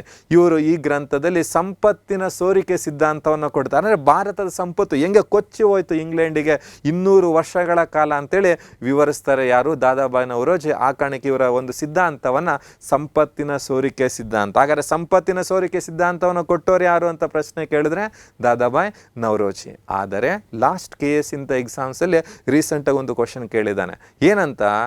ಭಾರತದ ರಾಷ್ಟ್ರೀಯ ಆದಾಯವನ್ನು ಮೊದಲ ಬಾರಿಗೆ ವೈಜ್ಞಾನಿಕವಾಗಿ ಮಾಪನ ಮಾಡಿದವರು ಯಾರು ಅಂತಂದರೆ VKRV ರಾವ್. 1925-29 ಅವಧಿನಲ್ಲಿ ಮೊದಲ ಬಾರಿಗೆ VKRV ರಾವ್ ಭಾರತದ ರಾಷ್ಟ್ರೀಯ ಆದಾಯವನ್ನು ವೈಜ್ಞಾನಿಕ ವಿಧಾನಗಳ ಮೂಲಕ ಅಂದಾಜು ಮಾಡ್ತಾರೆ. ಹಾಗಾದರೆ ಭಾರತದಲ್ಲಿ ರಾಷ್ಟ್ರೀಯ ಆದಾಯವನ್ನು ಮೊದಲ ಬಾರಿಗೆ ಅಂದಾಜು ಮಾಡಿದವರು ದಾದಾಬಾಯ್ ನವರೋಜಿ. ಅದೇ ರೀತಿ ರಾಷ್ಟ್ರೀಯ ಆದಾಯವನ್ನು ವೈಜ್ಞಾನಿಕ ವಿಧಾನಗಳ ಮೂಲಕ ಮೊದಲ ಬಾರಿಗೆ ಅಂದಾಜು ಮಾಡಿದ್ದು ಯಾರು ಅಂದರೆ VKRV ರಾವ್ ಅಂತ. ಓಕೆ, ಇದಾದ ನಂತರ ಸ್ವತಂತ್ರ ಭಾರತ ಸರ್ಕಾರ ಭಾರತದಲ್ಲಿ ರಾಷ್ಟ್ರೀಯ ಆದಾಯವನ್ನು ಅಂದಾಜು ಮಾಡಲಿಕ್ಕೆ ಈ ರಾಷ್ಟ್ರೀಯ ಆದಾಯ ಸಮಿತಿಯನ್ನು ನೇಮಕ ಮಾಡುತ್ತೆ. ಹಾಗಾದರೆ ಭಾರತದಲ್ಲಿ ರಾಷ್ಟ್ರೀಯ ಆದಾಯ ಸಮಿತಿ ಯಾವಾಗ ನೇಮಕ ಆಯಿತು ಅಂತ ಪ್ರಶ್ನೆ ಕೇಳಿದ್ರೆ 1949. ಭಾರತದ ರಾಷ್ಟ್ರೀಯ ಆದಾಯ ಸಮಿತಿಯ ಅಧ್ಯಕ್ಷರು ಯಾರಾಗಿದ್ದರು ಅಂದರೆ PC ಮಹಲನೋಬಿಸ್ರವರ ಅಧ್ಯಕ್ಷತೆಯಲ್ಲಿ ರಾಷ್ಟ್ರೀಯ ಆದಾಯ ಸಮಿತಿಯನ್ನು 1949 ಭಾರತ ಸರ್ಕಾರ ರಚನೆ ಮಾಡುತ್ತೆ. ಇದು 1952-54 ಅವಧಿನಲ್ಲಿ ಭಾರತದ ರಾಷ್ಟ್ರೀಯ ಆದಾಯವನ್ನು ಅಂದಾಜು ಮಾಡುತ್ತೆ. ಅದಾದ ನಂತರ ಭಾರತದಲ್ಲಿ ರಾಷ್ಟ್ರೀಯ ಆದಾಯವನ್ನು ಅಂದಾಜು ಮಾಡಲಿಕ್ಕೆ ಒಂದು ಪ್ರತ್ಯೇಕ ಸಂಸ್ಥೆ ಸ್ಥಾಪನೆ ಆಗುತ್ತೆ, ಸೆಂಟ್ರಲ್ ಸ್ಟ್ಯಾಟಿಸ್ಟಿಕಲ್ ಆರ್ಗನೈಜೇಷನ್. ಹಾಗಾದರೆ ಭಾರತದಲ್ಲಿ ರಾಷ್ಟ್ರೀಯ ಆದಾಯವನ್ನು ಅಂದಾಜು ಮಾಡುವವರು ಯಾರು ಅಂದರೆ ಸೆಂಟ್ರಲ್ ಸ್ಟ್ಯಾಟಿಸ್ಟಿಕಲ್ ಆರ್ಗನೈಜೇಷನ್, ಅಂದರೆ ಕೇಂದ್ರೀಯ ಸಾಂಖ್ಯಿಕ ಸಂಘಟನೆ ಅಂತೇಳಿ 1951 ಸ್ಥಾಪನೆ ಆಗುತ್ತೆ. ಆದರೆ 2019 ಮೇ 23ರಂದು ಈ ಸೆಂಟ್ರಲ್ ಸ್ಟ್ಯಾಟಿಸ್ಟಿಕಲ್ ಆರ್ಗನೈಜೇಷನ್ ಇದೆಯಲ್ಲ, ಇದ್ರ ಜೊತೆಗೆ ನ್ಯಾಷನಲ್ ಸ್ಯಾಂಪಲ್ ಸರ್ವೆ ಆರ್ಗನೈಜೇಷನ್ ಇತ್ತು, ಅದು ಮತ್ತೊಂದು ಸಂಘಟನೆ, ಅದು ಬಡತನ ಮತ್ತು ನಿರುದ್ಯೋಗವನ್ನು ಅಂದಾಜು ಮಾಡ್ತಿತ್ತು. ಇವೆರಡನ್ನ ವಿಲೀನಗೊಳಿಸಿ 2019ರಿಂದ ನ್ಯಾಷನಲ್ ಸ್ಟ್ಯಾಟಿಸ್ಟಿಕಲ್ ಆಫೀಸನ್ನು ರಚನೆ ಮಾಡಿದ್ದೀವಿ. ಇದು ಪ್ರಸ್ತುತ ಭಾರತದ ರಾಷ್ಟ್ರೀಯ ಆದಾಯವನ್ನು ಮತ್ತು ತಲಾ ಆದಾಯವನ್ನು ಅಂದಾಜು ಮಾಡುತ್ತೆ. ತುಂಬ ಇಂಪಾರ್ಟೆಂಟು. ಭಾರತದಲ್ಲಿ ಕೆಳಗಿನ ಯಾವ ಸಂಸ್ಥೆಯು ರಾಷ್ಟ್ರೀಯ ಆದಾಯವನ್ನು ಅಂದಾಜು ಮಾಡುತ್ತೆ ಮಾಡುತ್ತಿದೆ ಅಂತಂದರೆ ನ್ಯಾಷನಲ್ ಸ್ಟ್ಯಾಟಿಸ್ಟಿಕಲ್ ಆಫೀಸ್ ಅಂತಲೇ ಮೆನ್ಷನ್ ಮಾಡಬೇಕು. ಒಂದು ವೇಳೆ ಇದಿಲ್ಲ ಅಂತಂದರೆ ಯಾವುದಿರುತ್ತೆ, CSO ಅಂತ ಇರುತ್ತೆ, ನೀವು CSOನ ಮೆನ್ಷನ್ ಮಾಡಬೇಕು. ಇನ್ನೊಂದು ಕ್ವಶನ್ ಕೇಳ್ತಾನೆ, ಭಾರತದಲ್ಲಿ ರಾಷ್ಟ್ರೀಯ ಆದಾಯವನ್ನು ಅಂದಾಜು ಮಾಡಲಿಕ್ಕೆ ಬಳಸ್ತಿರುವಂತಹ ಮೂಲ ವರ್ಷ ಯಾವುದು ಅಂದರೆ 2011 ಮತ್ತು 12 ಭಾರತದಲ್ಲಿ ಮೂಲ ವರ್ಷ ಎಂದು ಪರಿಗಣಿಸಿ ರಾಷ್ಟ್ರೀಯ ಆದಾಯವನ್ನು ಅಂದಾಜು ಮಾಡ್ತಾ ಇದ್ದೀವಿ. ಇನ್ನು ಭಾರತದ ರಾಷ್ಟ್ರೀಯ ಆದಾಯದ ಬೆಳವಣಿಗೆ ದರ, ಅದನ್ನು GDP ಬೆಳವಣಿಗೆ ದರ ಎಷ್ಟಿದೆ ಅಂತ ನಿಮ್ಗೆ ಏನಾದ್ರು ಪ್ರಶ್ನೆ ಕೇಳಿದ್ರೆ 21-22ರಲ್ಲಿ 8.7%ರಷ್ಟಿತ್ತು. ಆದರೆ 2022-23ಗೆ 7% ಏನಾಗಿದೆ, ಕಡಿಮೆ ಆಗಿದೆ. ಅದೇ ರೀತಿ 2023-24ರಲ್ಲಿ ಭಾರತ 6% 6.8% ಪ್ರಗತಿಯನ್ನು ಸಾಧಿಸಲಿದೆ ಅಂತ ಹೇಳ್ಬಿಟ್ಟು ಅಂದಾಜು ಮಾಡಿದ್ದೀವಿ. ಓಕೆ, ಇದು ನಿಮ್ಗೆ ಎಕ್ಸಾಮಲ್ಲಿ ಏನಾದ್ರು ಕೇಳಿದ್ರೆ ನೀವು ಆನ್ಸರ್ ಮಾಡಬೇಕು. ಇನ್ನು ಇತ್ತೀಚೆಗೆ ರಾಷ್ಟ್ರೀಯ ಆದಾಯಕ್ಕೆ ಪರ್ಯಾಯವಾಗಿ ಈ ಸಾಮಾಜಿಕ ಸೂಚ್ಯಾಂಕಗಳು ಅಂತ ಬಳಸ್ತಾ ಇದ್ದೀವಿ, ಈ ಆರ್ಥಿಕ ಅಭಿವೃದ್ಧಿಯನ್ನು ಮಾಪನ ಮಾಡಲಿಕ್ಕೆ. ಇದರಲ್ಲಿ ತುಂಬ ಎಕ್ಸಾಮಲ್ಲಿ ಪ್ರಶ್ನೆ ಕೇಳಿದಾನೆ. ಏನು ಕೇಳ್ಬೋದು ಇಲ್ಲಿ ಎಕ್ಸಾಮಲ್ಲಿ ಅಂದರೆ ನೋಡಿ, ಸಿಂಪಲ್, ಇದು ತುಂಬ ಡೀಟೇಲ್ ಆಗಿದೆ. ನೀವು ಓದಕ್ಕೋದ್ರೆ ನಿಮ್ಮ ಎಕ್ಸಾಮಲ್ಲಿ ಕೇಳೋದು ಕ್ವಶನ್ ಇಷ್ಟೇ, ಯಾರು ಇದನ್ನು ಸಿದ್ಧಪಡಿಸಿ ಪ್ರಕಟಿಸ್ತಾರೆ? ಮಾನವ ಅಭಿವೃದ್ಧಿ ಸೂಚ್ಯಾಂಕವನ್ನು ಯಾರು ಸಿದ್ಧಪಡಿಸಿ ಪ್ರಕಟಿಸ್ತಾರೆ ಅಂದರೆ ವಿಶ್ವಸಂಸ್ಥೆಯ ಅಭಿವೃದ್ಧಿ ಕಾರ್ಯಕ್ರಮಗಳು. ಯಾವಾಗ ಫಸ್ಟ್ ಆಯಿತು ಅಂದರೆ ಅದನ್ನು ಬರ್ಕೊಳ್ಳಿ, 1990ರಿಂದ ವಿಶ್ವಸಂಸ್ಥೆ ಅಭಿವೃದ್ಧಿ ಕಾರ್ಯಕ್ರಮ ಅಂದರೆ ಯುನೈಟೆಡ್ ನೇಷನ್ ಡೆವಲಪ್ಮೆಂಟ್ ಪ್ರೋಗ್ರಾಮ್ಸ್ ಅನ್ನುವಂಥದ್ದು ಸಿದ್ಧಪಡಿಸಿ ಪ್ರಕಟಿಸ್ತಾ ಇದೆ. ಈ ಒಂದು ಪರಿಕಲ್ಪನೆಯನ್ನು ಕೊಟ್ಟೋರು ಯಾರು ಅಂತಂದರೆ ಪಾಕಿಸ್ತಾನದ ಅರ್ಥಶಾಸ್ತ್ರಜ್ಞರಾದ ಮೆಹಬೂಬುಲ್ಲಾ ಮತ್ತು ಭಾರತದ ಅರ್ಥಶಾಸ್ತ್ರಜ್ಞರಾದ ಅಮರ್ತ್ಯ ಸೇನ್ ಈ ಮಾನವ ಅಭಿವೃದ್ಧಿ ಸೂಚ್ಯಾಂಕವನ್ನು ಕೊಡ್ತಾರೆ.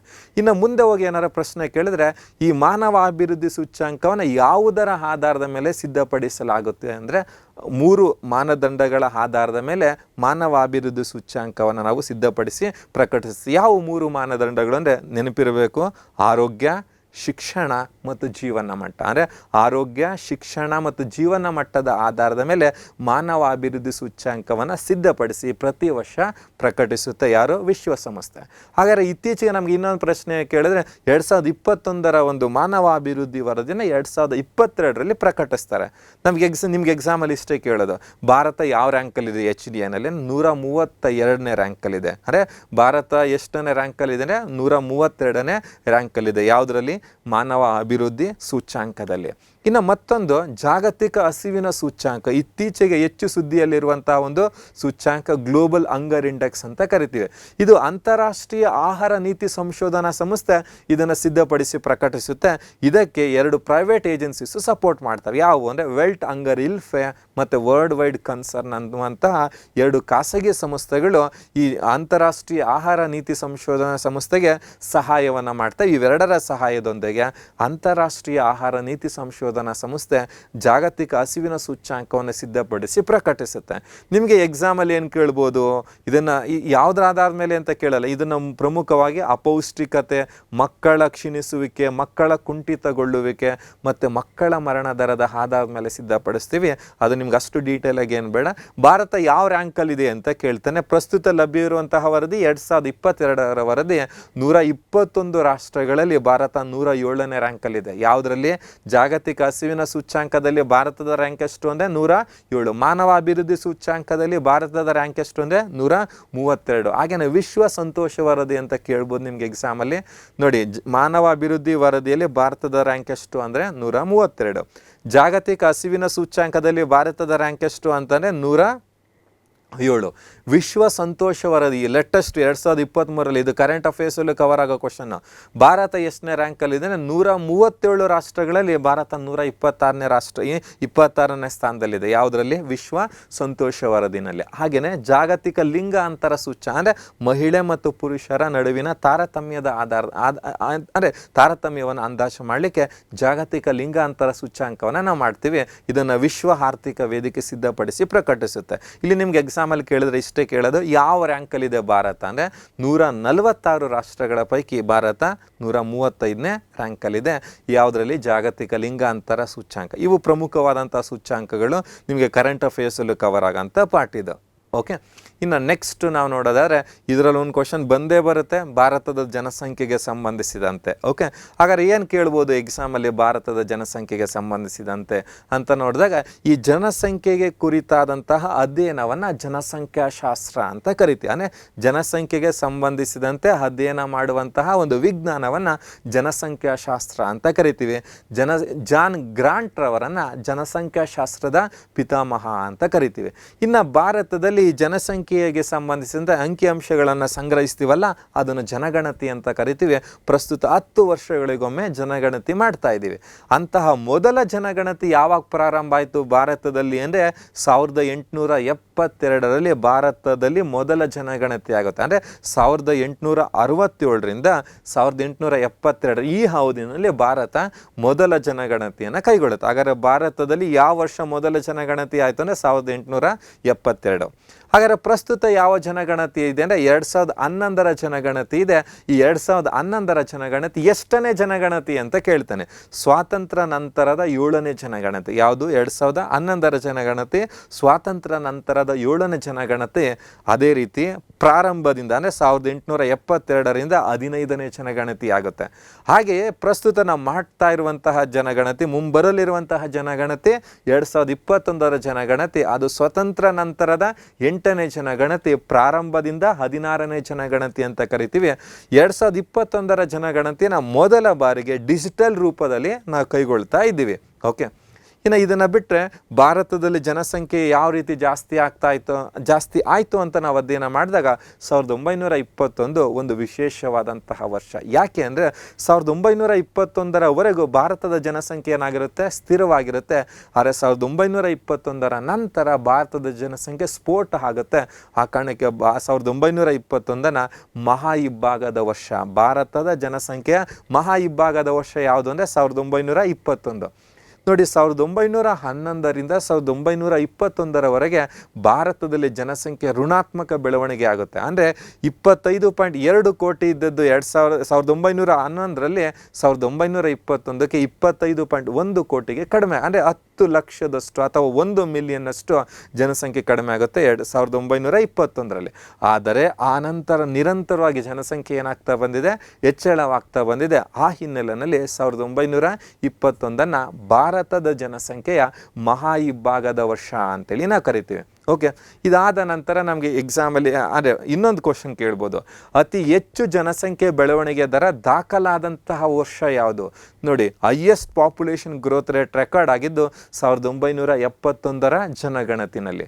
1980ರ ನಂತರ ಭಾರತದ ಜನಸಂಖ್ಯೆಯ ಬೆಳವಣಿಗೆ ದರ ಕಡಿಮೆ ಆಗ್ತಿದೆ, ಆದರೆ ಜನಸಂಖ್ಯೆ ಜಾಸ್ತಿ ಆಗ್ತಾ ಇದೆ. ಓಕೆ, ಇನ್ನು 2011ರ ಜನಗಣತಿಯ ಪ್ರಕಾರ ಭಾರತದ ಒಟ್ಟು ಜನಸಂಖ್ಯೆ ಎಷ್ಟು ಅಂತ ನಿಮಗೆ ಎಕ್ಸಾಮಲ್ಲಿ ಕ್ವಶನ್ ಕೇಳಿದ್ರೆ 121.06 ಕೋಟಿಗಳಷ್ಟು. ಯಾವ ಜನಗಣತಿಯ ಪ್ರಕಾರ? 2011. ನಾನೆಲ್ಲಕ್ಕೆ ಎಕ್ಸಾಮ್ ಕೇಳ್ತಾ ಇರ್ತಾರೆ, ಸರ್ 21 ಜನಗಣತಿ ಕೇಳಲ್ವ ಎಕ್ಸಾಮಲ್ಲಿ ಅಂತ. ಖಂಡಿತ ಇಲ್ಲ, ಯಾಕೆಂದರೆ ಅದು ರಿಲೀಸ್ ಆಗಿಲ್ಲ ಅಂದರೆ ಎಲ್ಲಿ ಕೇಳಲಿಕ್ಕೆ ಬರುತ್ತೆ. ಆ ಕಾರಣಕ್ಕೆ 2011ರ ಜನಗಣತಿಯ ಅಂಕಿಅಂಶಗಳನ್ನು ನೀವು ನೀಟಾಗಿ ನೋಡ್ಕೋಬೇಕು. ಇನ್ನು 2011ರಲ್ಲಿ ಭಾರತದ ಜನಸಂಖ್ಯೆಯ ಬೆಳವಣಿಗೆ ದರ ಎಷ್ಟಿತ್ತು ಅಂದರೆ 17.7% ಬೆಳವಣಿಗೆ ದರ ದಾಖಲಾಗುತ್ತೆ. ಅದು 17.7% ಬೆಳವಣಿಗೆಯನ್ನು ಆಗಿ 121 ಕೋಟಿಯನ್ನು ತಲುಪುತ್ತೆ. 121 ಕೋಟಿ ಯಾವ ವೇಗದಲ್ಲಿ ಜಾಸ್ತಿ ಆಯಿತು ಅಂದರೆ 17.7% ದರದಲ್ಲಿ ಜಾಸ್ತಿ ಆಯಿತು. ಇದಾದ ನಂತರ 2011ರ ಜನಗಣತಿಯ ಪ್ರಕಾರ ಅತಿ ಹೆಚ್ಚು ಜನಸಂಖ್ಯೆಯನ್ನು ಹೊಂದಿರುವಂತಹ ರಾಜ್ಯ ಯಾವುದು ಅಂತ ನಿಮಗೆ ಎಕ್ಸಾಮಲ್ಲಿ ಪ್ರಶ್ನೆ ಕೇಳಿದ್ರೆ ಉತ್ತರ ಪ್ರದೇಶ. 19.9 ಕೋಟಿ ಜನಸಂಖ್ಯೆ ಇದೆ ಎಲ್ಲಿ? ಉತ್ತರ ಪ್ರದೇಶಲ್ಲಿ. ಹಾಗೆ ಅತಿ ಕಡಿಮೆ ಜನಸಂಖ್ಯೆಯನ್ನು ಹೊಂದಿರುವಂತಹ ರಾಜ್ಯ ಯಾವುದು ಅಂದರೆ ಸಿಕ್ಕಿಂನ ಜನಸಂಖ್ಯೆ ಎಷ್ಟು ಅಂದರೆ ಬರೀ 0.61 ಕ್ರೋಸ್ ಅಂದರೆ 61 ಲಕ್ಷ ಇದ್ದರೆ ಉತ್ತರ ಪ್ರದೇಶದ ಜನಸಂಖ್ಯೆ 19.9 ಕೋಟಿ ಇದೆ. ಇನ್ನು ಕರ್ನಾಟಕದ ಜನಸಂಖ್ಯೆ ಎಷ್ಟು ಅಂತ ಕೇಳ್ಬೋದಲ್ಲ ನಮಗೆ? 6.11 ಕೋಟಿ. ಕರ್ನಾಟಕದ ಜನಸಂಖ್ಯೆ 2011ರ ಜನಗಣತಿಯ ಪ್ರಕಾರ 6.11 ಕೋಟಿ ಅಂತೇಳಿ ನಾವು ಕರಿತೀವಿ. ಇನ್ನು ನೆಕ್ಸ್ಟು ಜನನ ದರ 2011ನೇ ಸಾಲಿನಲ್ಲಿ ಅಂದರೆ 2011ರಲ್ಲಿ ನಾವು ಏನು ಜನಗಣತಿ ಮಾಡಿದಾಗ ಭಾರತ ಜನನ ದರ ಎಷ್ಟಿತ್ತು ಅಂದರೆ 21.6 ಇತ್ತು. ಇನ್ನು ರೀಸೆಂಟಾಗಿ ನ್ಯಾಷನಲ್ ಫ್ಯಾಮಿಲಿ ಹೆಲ್ತ್ ಸರ್ವೆ, ರಾಷ್ಟ್ರೀಯ ಕುಟುಂಬ ಆರೋಗ್ಯ ಸಮೀಕ್ಷೆ ಕೊಟ್ಟಿರುವಂತಹ ವರದಿಯ ಪ್ರಕಾರ ಭಾರತದಲ್ಲಿ ಜನನ ದರ 19.5ಕ್ಕೆ ಏನಾಗಿದೆ, ಕಡಿಮೆ ಇದೆ. ಹಾಗಾದರೆ ನಮ್ಗೆ ಎಕ್ಸಾಮಲ್ಲಿ ಕೇಳಿದ್ರೆ ಭಾರತದಲ್ಲಿ ಜನನ ದರ ಎಷ್ಟು ಅಂದರೆ 19.5. ಎಷ್ಟಿತ್ತು 11ರಲ್ಲಿ ಅಂದರೆ 21.6. ಜನನ ದರ ಅಂದರೆ ಏನು ಅಂತಂದರೆ ಪ್ರತಿ 1000 ಜನಸಂಖ್ಯೆಗೆ 1 ವರ್ಷ ಅವಧಿಯಲ್ಲಿ ಜನಿಸುವ ಮಕ್ಕಳ ಸಂಖ್ಯೆಯನ್ನು ಜನನ ದರ ಅಂತ ಕರಿತೀವಿ. ಅದು 2011ರಲ್ಲಿ ಎಷ್ಟಿತ್ತು, 21.6 ಇತ್ತು. ಅದು ಕಡಿಮೆ ಆಗಿ ಮತ್ತೆ ಎಷ್ಟಕ್ಕೆ ಬಂದಿದೆ, 19.5ಕ್ಕೆ. ಅಂದರೆ ಪ್ರತಿ 1000 ಜನಸಂಖ್ಯೆಗೆ 1 ವರ್ಷದಲ್ಲಿ 19.5ರಷ್ಟು ಮಕ್ಕಳು ಜನಿಸ್ತಾರೆ ಅನ್ನುವಂಥದ್ದು ಇದರ ಅರ್ಥ. ಇನ್ನು ಮರಣ ದರ ಅಂದರೆ ಏನಂದರೆ ಪ್ರತಿ 1000 ಜನಸಂಖ್ಯೆಗೆ 1 ವರ್ಷ ಅವಧಿಯಲ್ಲಿ ಮರಣ ಹೊಂದುವವರ ಪ್ರಮಾಣವನ್ನು ಮರಣ ದರ ಅಂತ ಕರಿತೀವಿ. ಈ ಮರಣ ದರ ಎಷ್ಟಿದೆ ಅಂದರೆ 7.1ರಷ್ಟಿತ್ತು ಯಾವಾಗ, 11ರಲ್ಲಿ. ಅದು ಇತ್ತೀಚೆಗೆ ಕಡಿಮೆ ಆಗಿದೆ. ಎಷ್ಟು ಕಡಿಮೆ ಆಗಿದೆ ಅಂದರೆ 6ಕ್ಕೆ ಕಡಿಮೆ. ಅಂದರೆ ಪ್ರತಿ ವರ್ಷ 1,000 ಜನಸಂಖ್ಯೆಯಲ್ಲಿ 6 ಜನ ಸಾಯ್ತಾರೆ ಅನ್ನುವಂಥದ್ದು ಇದರ ಅರ್ಥ. ಓಕೆ, ನೋಡಿ, ಜನನ ದರ ಜಾಸ್ತಿ ಇದೆ, ಮರಣ ದರ ಕಡಿಮೆ ಇದೆ. ಈ ಕಾರಣಕ್ಕೆ ಅಂದರೆ ಅಧಿಕ ಜನನ ದರ ಮತ್ತು ಕಡಿಮೆ ಮರಣ ದರದ ಕಾರಣದಿಂದ ಭಾರತದಲ್ಲಿ ಜನಸಂಖ್ಯೆ ಏನಾಗ್ತಾ ಇದೆ, ಸ್ಫೋಟ ಆಗ್ತಿದೆ. ಹಾಗಾದರೆ ಜನಸಂಖ್ಯೆ ನಿಯಂತ್ರಣ ಮಾಡಬೇಕಂದ್ರೆ 2 ಮಾಡಬೇಕು. ಒಂದು, ಜನನ ದರನ ಕಡಿಮೆ ಮಾಡಬೇಕು, ಇಲ್ವಾ ಮರಣ ದರನ ಜಾಸ್ತಿ ಮಾಡಬೇಕು. ಮರಣ ದರನ ಜಾಸ್ತಿ ಮಾಡಿ ನಾವು ಕಂಟ್ರೋಲ್ ಮಾಡಲ್ಲ. ಅದಕ್ಕೆ ಪ್ರಕೃತಿ ಅಂದರೆ ಪ್ರಕೃತಿ ತನ್ನ ಕಠೋರ ಕ್ರಮಗಳ ಮೂಲಕ ಜನಸಂಖ್ಯೆನ ಕಡಿಮೆ ಮಾಡುತ್ತೆ ಅಂತಾರಲ್ಲ. ಯಾಕೆಂದರೆ ಅದು ಮರಣ ದರನ ಜಾಸ್ತಿ ಮಾಡಿ ಜನಸಂಖ್ಯೆಯನ್ನು ನಿಯಂತ್ರಣ ಮಾಡುತ್ತೆ. ಓಕೆ, ಇದಾದ ನಂತರ ಶಿಶು ಮರಣ ದರ ಅಂತ ಕೇಳ್ತಾನೆ ಎಕ್ಸಾಮಲ್ಲಿ. ಅಂದರೆ ಶಿಶು ಮರಣ ದರ ಅಂದರೆ ಏನಂದರೆ ಜನಿಸಿದಂತಹ 1000 ಮಕ್ಕಳಲ್ಲಿ ಮೊದಲ ಹುಟ್ಟುಹಬ್ಬವನ್ನು ತಲುಪದೆ ಅಥವಾ ಮೊದಲ ಹುಟ್ಟುಹಬ್ಬವನ್ನು ಆಚರಿಸಿಕೊಳ್ಳದೆ ಮರಣ ಹೊಂದುವವರ ಮಕ್ಕಳ ಸಂಖ್ಯೆಯನ್ನು ಶಿಶು ಮರಣ ದರ ಅಂತ ಕರಿತೀವಿ. ಹಾಗಾದರೆ ಶಿಶು ಮರಣ ದರ ಎಷ್ಟು ಕಡಿಮೆ ಆಗಿದೆ 2020ರಲ್ಲಿ ಅಂದರೆ ಇನ್ನು 20 ಅಂದರೆ ಪ್ರತಿ 1000 ಜನಸಂಖ್ಯೆಗೆ ಬರೀ 28 ಮಕ್ಕಳು ಮರಣವನ್ನು ಅಪ್ತಾರೆ 1 ವರ್ಷವನ್ನು ತಲುಪದೆ. ಆದರೆ ಅದರ ಪ್ರಮಾಣ 47 ಇತ್ತು. ಯಾವ ಇಯರಲ್ಲಿ ಅಂದರೆ 2010ರಲ್ಲಿ. ಅಂದರೆ ಸರ್ಕಾರ ನೀವು ಕೇಳಿರ್ಬೋದು ಮಾತೃಪೂರ್ಣ ಯೋಜನಾ, ಮಾತೃವಂದನ ಯೋಜನಾ, ಮಾತೃಪೂರ್ಣ ಯೋಜನಾ, ಹಾಗೆಯೇ ಜನನಿ ಸುರಕ್ಷಾ ಯೋಜನಾ, ಈ ಥರ ಹಲವಾರು ಕಾರ್ಯಕ್ರಮಗಳನ್ನು ಕೈಗೊಂಡಿರುವಂಥ ಕಾರಣಕ್ಕೆ ಶಿಶು ಮರಣ ದರ ಏನಾಗಿದೆ, ಕಡಿಮೆ ಆಗಿದೆ. ಎಷ್ಟಿದೆ ಅಂತ ಎಕ್ಸಾಮಲ್ಲಿ ಕೇಳಿದ್ರೆ 28. ಶಿಶು ಮರಣ ದರ ಅಂದರೆ ಏನಂದರೆ ಜನಿಸಿದಂತಹ 1000 ಮಕ್ಕಳಲ್ಲಿ ಮೊದಲ ಹುಟ್ಟುಹಬ್ಬವನ್ನು ತಲುಪದೆ ಅಥವಾ ಆಚರಿಸಿಕೊಳ್ಳದೆ ಮರಣ ಹೊಂದುವವರ ಪ್ರಮಾಣವನ್ನು ಶಿಶು ಮರಣ ದರ ಅಂತ ಕರಿತೀವಿ. ಇನ್ನು ನೆಕ್ಸ್ಟ್ ಭಾರತದ ಸಾಕ್ಷರತೆ ಎಷ್ಟು ಇದೆ. ನಿಮ್ಗೆ ಎಕ್ಸಾಮಲ್ಲಿ ತುಂಬ ಇಂಪಾರ್ಟೆಂಟಾಗಿ ಕೇಳ್ತಾ ಬರ್ತಿದ್ದಾನೆ. 2011ರ ಜನಗಣತಿಯ ಪ್ರಕಾರ ಭಾರತದ ಸಾಕ್ಷರತೆ ಎಷ್ಟು ಅಂತ ಕೇಳಿದ್ರೆ 73. ಅಂದರೆ 73% ಇದೆ ಭಾರತದ ಸಾಕ್ಷರತಾ ದರ 2011ರ ಜನಗಣತಿಯ ಪ್ರಕಾರ. ಹಾಗಾದ್ರೆ ಇದು ಸಮವಾಗಿದೆಯಾ ಮಹಿಳೆಯರಲ್ಲಿ ಮತ್ತು ಪುರುಷರಲ್ಲಿ ಅಂತಂದರೆ ಇಲ್ಲ. ಪುರುಷರ ಸಾಕ್ಷರತಾ ದರ 80.9 ಇದ್ರೆ ಮಹಿಳೆಯರ ಸಾಕ್ಷರತಾ ದರ 64%. ಓಕೆ, ನೀವು ಭಾರತದ ಸಾಕ್ಷರತಾ ದರವನ್ನು ಕೆಲವು ಬುಕ್ಕಲ್ಲಿ 74.06 ಅಂತ ಕೊಟ್ಟಿರ್ತಾರೆ. ಆದರೆ ಅದು ಪ್ರಾವಿಷನಲ್ಲು ಫೈನಲ್ ಎಷ್ಟಿದೆ ಅಂದರೆ 73% ಇದೆ. ಅದರಲ್ಲಿ ಮಹಿಳೆಯರ ಸಾಕ್ಷರತಾ ದರ 64 ಇದ್ರೆ ಪುರುಷರ ಸಾಕ್ಷರತಾ ದರ 80.9 ಇದೆ. ಅದರಲ್ಲಿ ವಿಶೇಷವಾಗಿ 64.6ರಷ್ಟು ಮಹಿಳಾ ಸಾಕ್ಷರತಾ ದರ ಇದ್ರೆ ಪುರುಷರ ಸಾಕ್ಷರತಾ ದರ 80.9 ಇದೆ. ಇನ್ನು ಅತಿ ಹೆಚ್ಚು ಸಾಕ್ಷರತೆಯನ್ನು ಹೊಂದಿರುವಂತಹ ರಾಜ್ಯ ಯಾವುದು ಅಂತ ಕೇಳ್ತಾನೆ, ಕೇರಳ. ಹಾಗೇನೆ ಅತಿ ಕಡಿಮೆ ಸಾಕ್ಷರತೆಯನ್ನು ಹೊಂದಿರುವಂಥ ರಾಜ್ಯ ಯಾವುದು ಅಂತ ಕೇಳ್ತಾನೆ, ಬಿಹಾರ್. ಓಕೆ, ಅರ್ಥ ಆಗ್ತಿದೆಯಲ್ಲ. ಹಾಗೆಯೇ 2011ರ ಜನಗಣತಿಯ ಪ್ರಕಾರ ಕರ್ನಾಟಕದ ಸಾಕ್ಷರತೆ ಎಷ್ಟು ಅಂತಂದರೆ 75.36ರಷ್ಟಿದೆ. ಅಂದರೆ ಕರ್ನಾಟಕದ ಲಿಟ್ರಸಿ ರೇಟು 75.36. ಯಾವ ಜನಗಣತಿಯ ಪ್ರಕಾರ? 2011ರ ಜನಗಣತಿಯ ಪ್ರಕಾರ.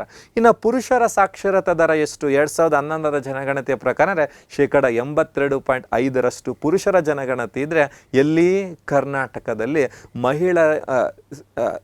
ಮಹಿಳೆಯರ ಸಾಕ್ಷರತಾ ದರ ಎಷ್ಟು ಅಂದರೆ 68.1. ನೋಡಿ, ಕರ್ನಾಟಕದಲ್ಲಿ ಪುರುಷರ ಸಾಕ್ಷರತಾ ದರ ಎಷ್ಟು ಅಂದರೆ 82.5, ಮಹಿಳೆಯರ ಸಾಕ್ಷರತಾ ದರ ಎಷ್ಟು ಅಂತ ಅಂದರೆ 68.1.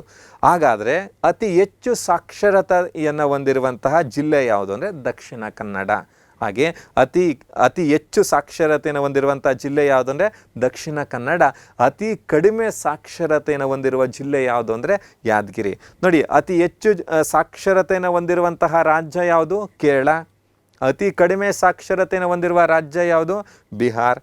ಭಾರತದ ಸಾಕ್ಷರತಾ ದರ ಎಷ್ಟು? 75.3. ಕರ್ನಾಟಕದ ಸಾಕ್ಷರತಾ ದರ ಎಷ್ಟು? 75.36. ಭಾರತದ ಸಾಕ್ಷರತಾ ದರ 73. ಅತಿ ಹೆಚ್ಚು ಸಾಕ್ಷರತೆಯನ್ನು ಹೊಂದಿರುವ ಜಿಲ್ಲೆ ಯಾವುದು? ದಕ್ಷಿಣ ಕನ್ನಡ. ಅತಿ ಕಡಿಮೆ ಸಾಕ್ಷರತೆಯನ್ನು ಹೊಂದಿರುವ ಜಿಲ್ಲೆ ಯಾವುದು? ಯಾದಗಿರಿ. ಓಕೆ. ಇನ್ನು ಲಿಂಗಾನುಪಾತ, ಲಾಸ್ಟ್ ಕೇಸ್ ಪ್ರಿಲಿಮ್ಸ್ ಎಕ್ಸಾಮಲ್ಲಿ ಮೀನಿಂಗನ್ನು ಕೇಳಿದ್ದ.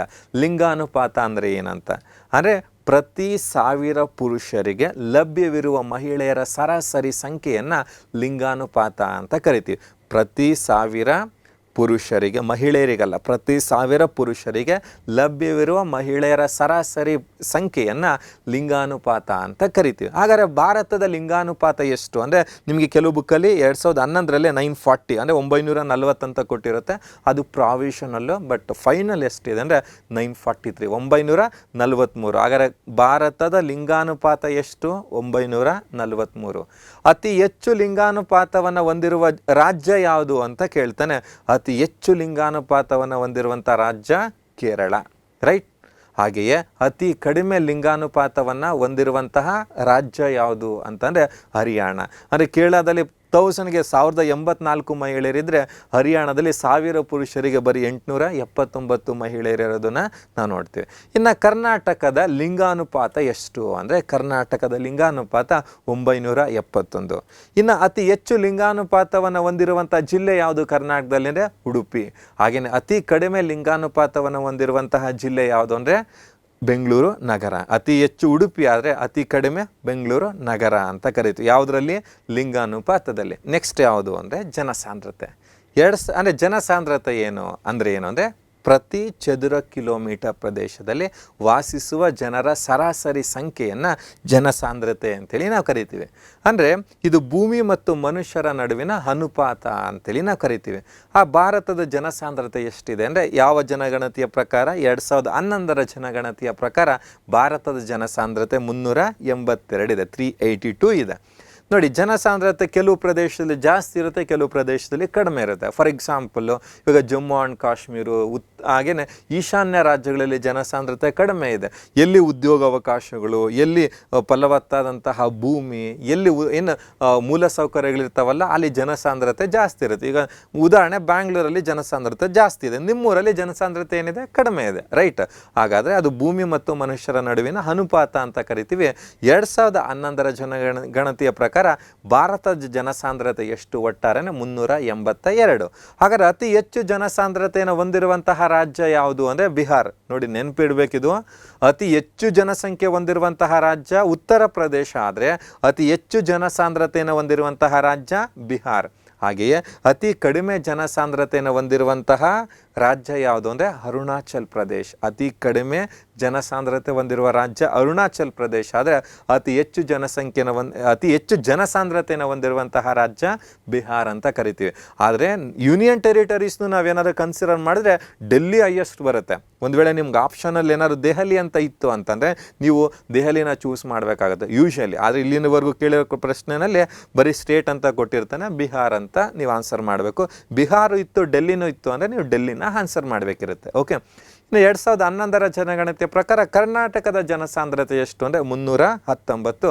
ಅತಿ ಹೆಚ್ಚು ಜನಸಾಂದ್ರತೆಯನ್ನು ಹೊಂದಿರುವಂತಹ ಜಿಲ್ಲೆ ಬೆಂಗಳೂರು ನಗರ ಆದರೆ ಅತಿ ಕಡಿಮೆ ಜನಸಾಂದ್ರತೆಯನ್ನು ಹೊಂದಿರುವಂತಹ ಜಿಲ್ಲೆ ಕೊಡಗು. ಎಲ್ಲಿ? ಕರ್ನಾಟಕದಲ್ಲಿ.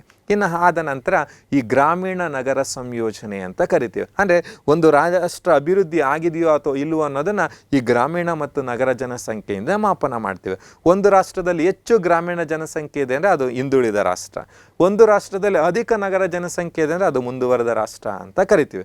ಹಾಗಾದರೆ ಭಾರತದ ಗ್ರಾಮೀಣ ಜನಸಂಖ್ಯೆ ಎಷ್ಟು ಅಂದರೆ 68.85 ಅಥವಾ 69% ಅಂತ ನೀವು ಬರ್ಕೋಬೋದು. ಇನ್ನು ನಗರ ಜನಸಂಖ್ಯೆ ಎಷ್ಟು ಭಾರತದಲ್ಲಿ? 31.15 ಅಥವಾ 31% ಅಂತ ಕರಿತೀವಿ. ಅತಿ ಹೆಚ್ಚು ಗ್ರಾಮೀಣ ಜನಸಂಖ್ಯೆಯನ್ನು ಹೊಂದಿರುವಂತಹ ರಾಜ್ಯ ಯಾವುದು ಅಂದರೆ ಉತ್ತರ ಪ್ರದೇಶ್. ಅತಿ ಹೆಚ್ಚು ನಗರ ಜನಸಂಖ್ಯೆಯನ್ನು ಹೊಂದಿರುವಂತಹ ರಾಜ್ಯ ಯಾವುದು ಅಂದರೆ ಮಹಾರಾಷ್ಟ್ರ. ಓಕೆ. ಇನ್ನು ಕರ್ನಾಟಕವನ್ನು ನಾವು ನೋಡಿದ್ರೆ ಕರ್ನಾಟಕದಲ್ಲಿ ಗ್ರಾಮೀಣ ಜನಸಂಖ್ಯೆ ಎಷ್ಟು ಅಂದರೆ 61.3 ಎಲ್ಲಿ? ಗ್ರಾಮೀಣ ಜನಸಂಖ್ಯೆ. ಇನ್ನು ನಗರ ಜನಸಂಖ್ಯೆ ಎಷ್ಟು ಅಂದರೆ 38.7 ಅಂತ ಆಗಬೇಕದು, ಸ್ವಲ್ಪ ಮಿಸ್ಟೇಕ್ ಆಗಿದೆ. 38.7 ನಗರ ಜನಸಂಖ್ಯೆ ಆದರೆ 61.3 ಗ್ರಾಮೀಣ ಜನಸಂಖ್ಯೆ ಅಂತ ಕರಿತೀವಿ. ಹಾಗಾದರೆ ಕರ್ನಾಟಕದಲ್ಲಿ ಅತಿ ಹೆಚ್ಚು ಗ್ರಾಮೀಣ ಜನಸಂಖ್ಯೆ ಅಥವಾ ನಗರೀಕರಣವನ್ನು ಸಾಧಿಸಿರುವ ಜಿಲ್ಲೆ ಯಾವುದು ಅಂದರೆ ಬೆಂಗಳೂರು ನಗರ ಅತಿ ಕಡಿಮೆ ನಗರೀಕರಣವನ್ನು ಸಾಧಿಸಿರುವಂತಹ ಜಿಲ್ಲೆ ಯಾವುದು ಅಂದರೆ ಕೊಡಗು ಅಂತೇಳಿ ನಾವು ಕರಿತೀವಿ. ಇದು ಗ್ರಾಮೀಣ ಮತ್ತು ನಗರ ಸಂಯೋಜನೆ ಅಂತೇಳಿ ನಾವು ಕರಿತೀವಿ. ಇದು ಅರ್ಥಶಾಸ್ತ್ರದ ಭಾಗ 1. ಇನ್ನು ಭಾಗ 2ರಲ್ಲಿ ಈ ಸೀರೀಸ್ ಏನಾಗುತ್ತೆ, ಕಂಟಿನ್ಯೂ ಆಗುತ್ತೆ. 4 ವಿಡಿಯೋದಲ್ಲಿ ನಿಮಗೆ ಕಂಪ್ಲೀಟ್ ಎಕನಾಮಿಕ್ಸು, ಪೊಲೀಸ್ ಕಾನ್ಸ್ಟೇಬಲ್ ಎಕ್ಸಾಮ್ಗೆ ಯಾವ ಪ್ರಶ್ನೆನೂ ಮಿಸ್ ಆಗದೆ ಕವರ್ ಆಗೋ ಥರ ನಾನು ಕವರ್ ಮಾಡಿಕೊಡ್ತೀನಿ. ಎಲ್ಲರಿಗೂ ಧನ್ಯವಾದ. All the best. Thank you.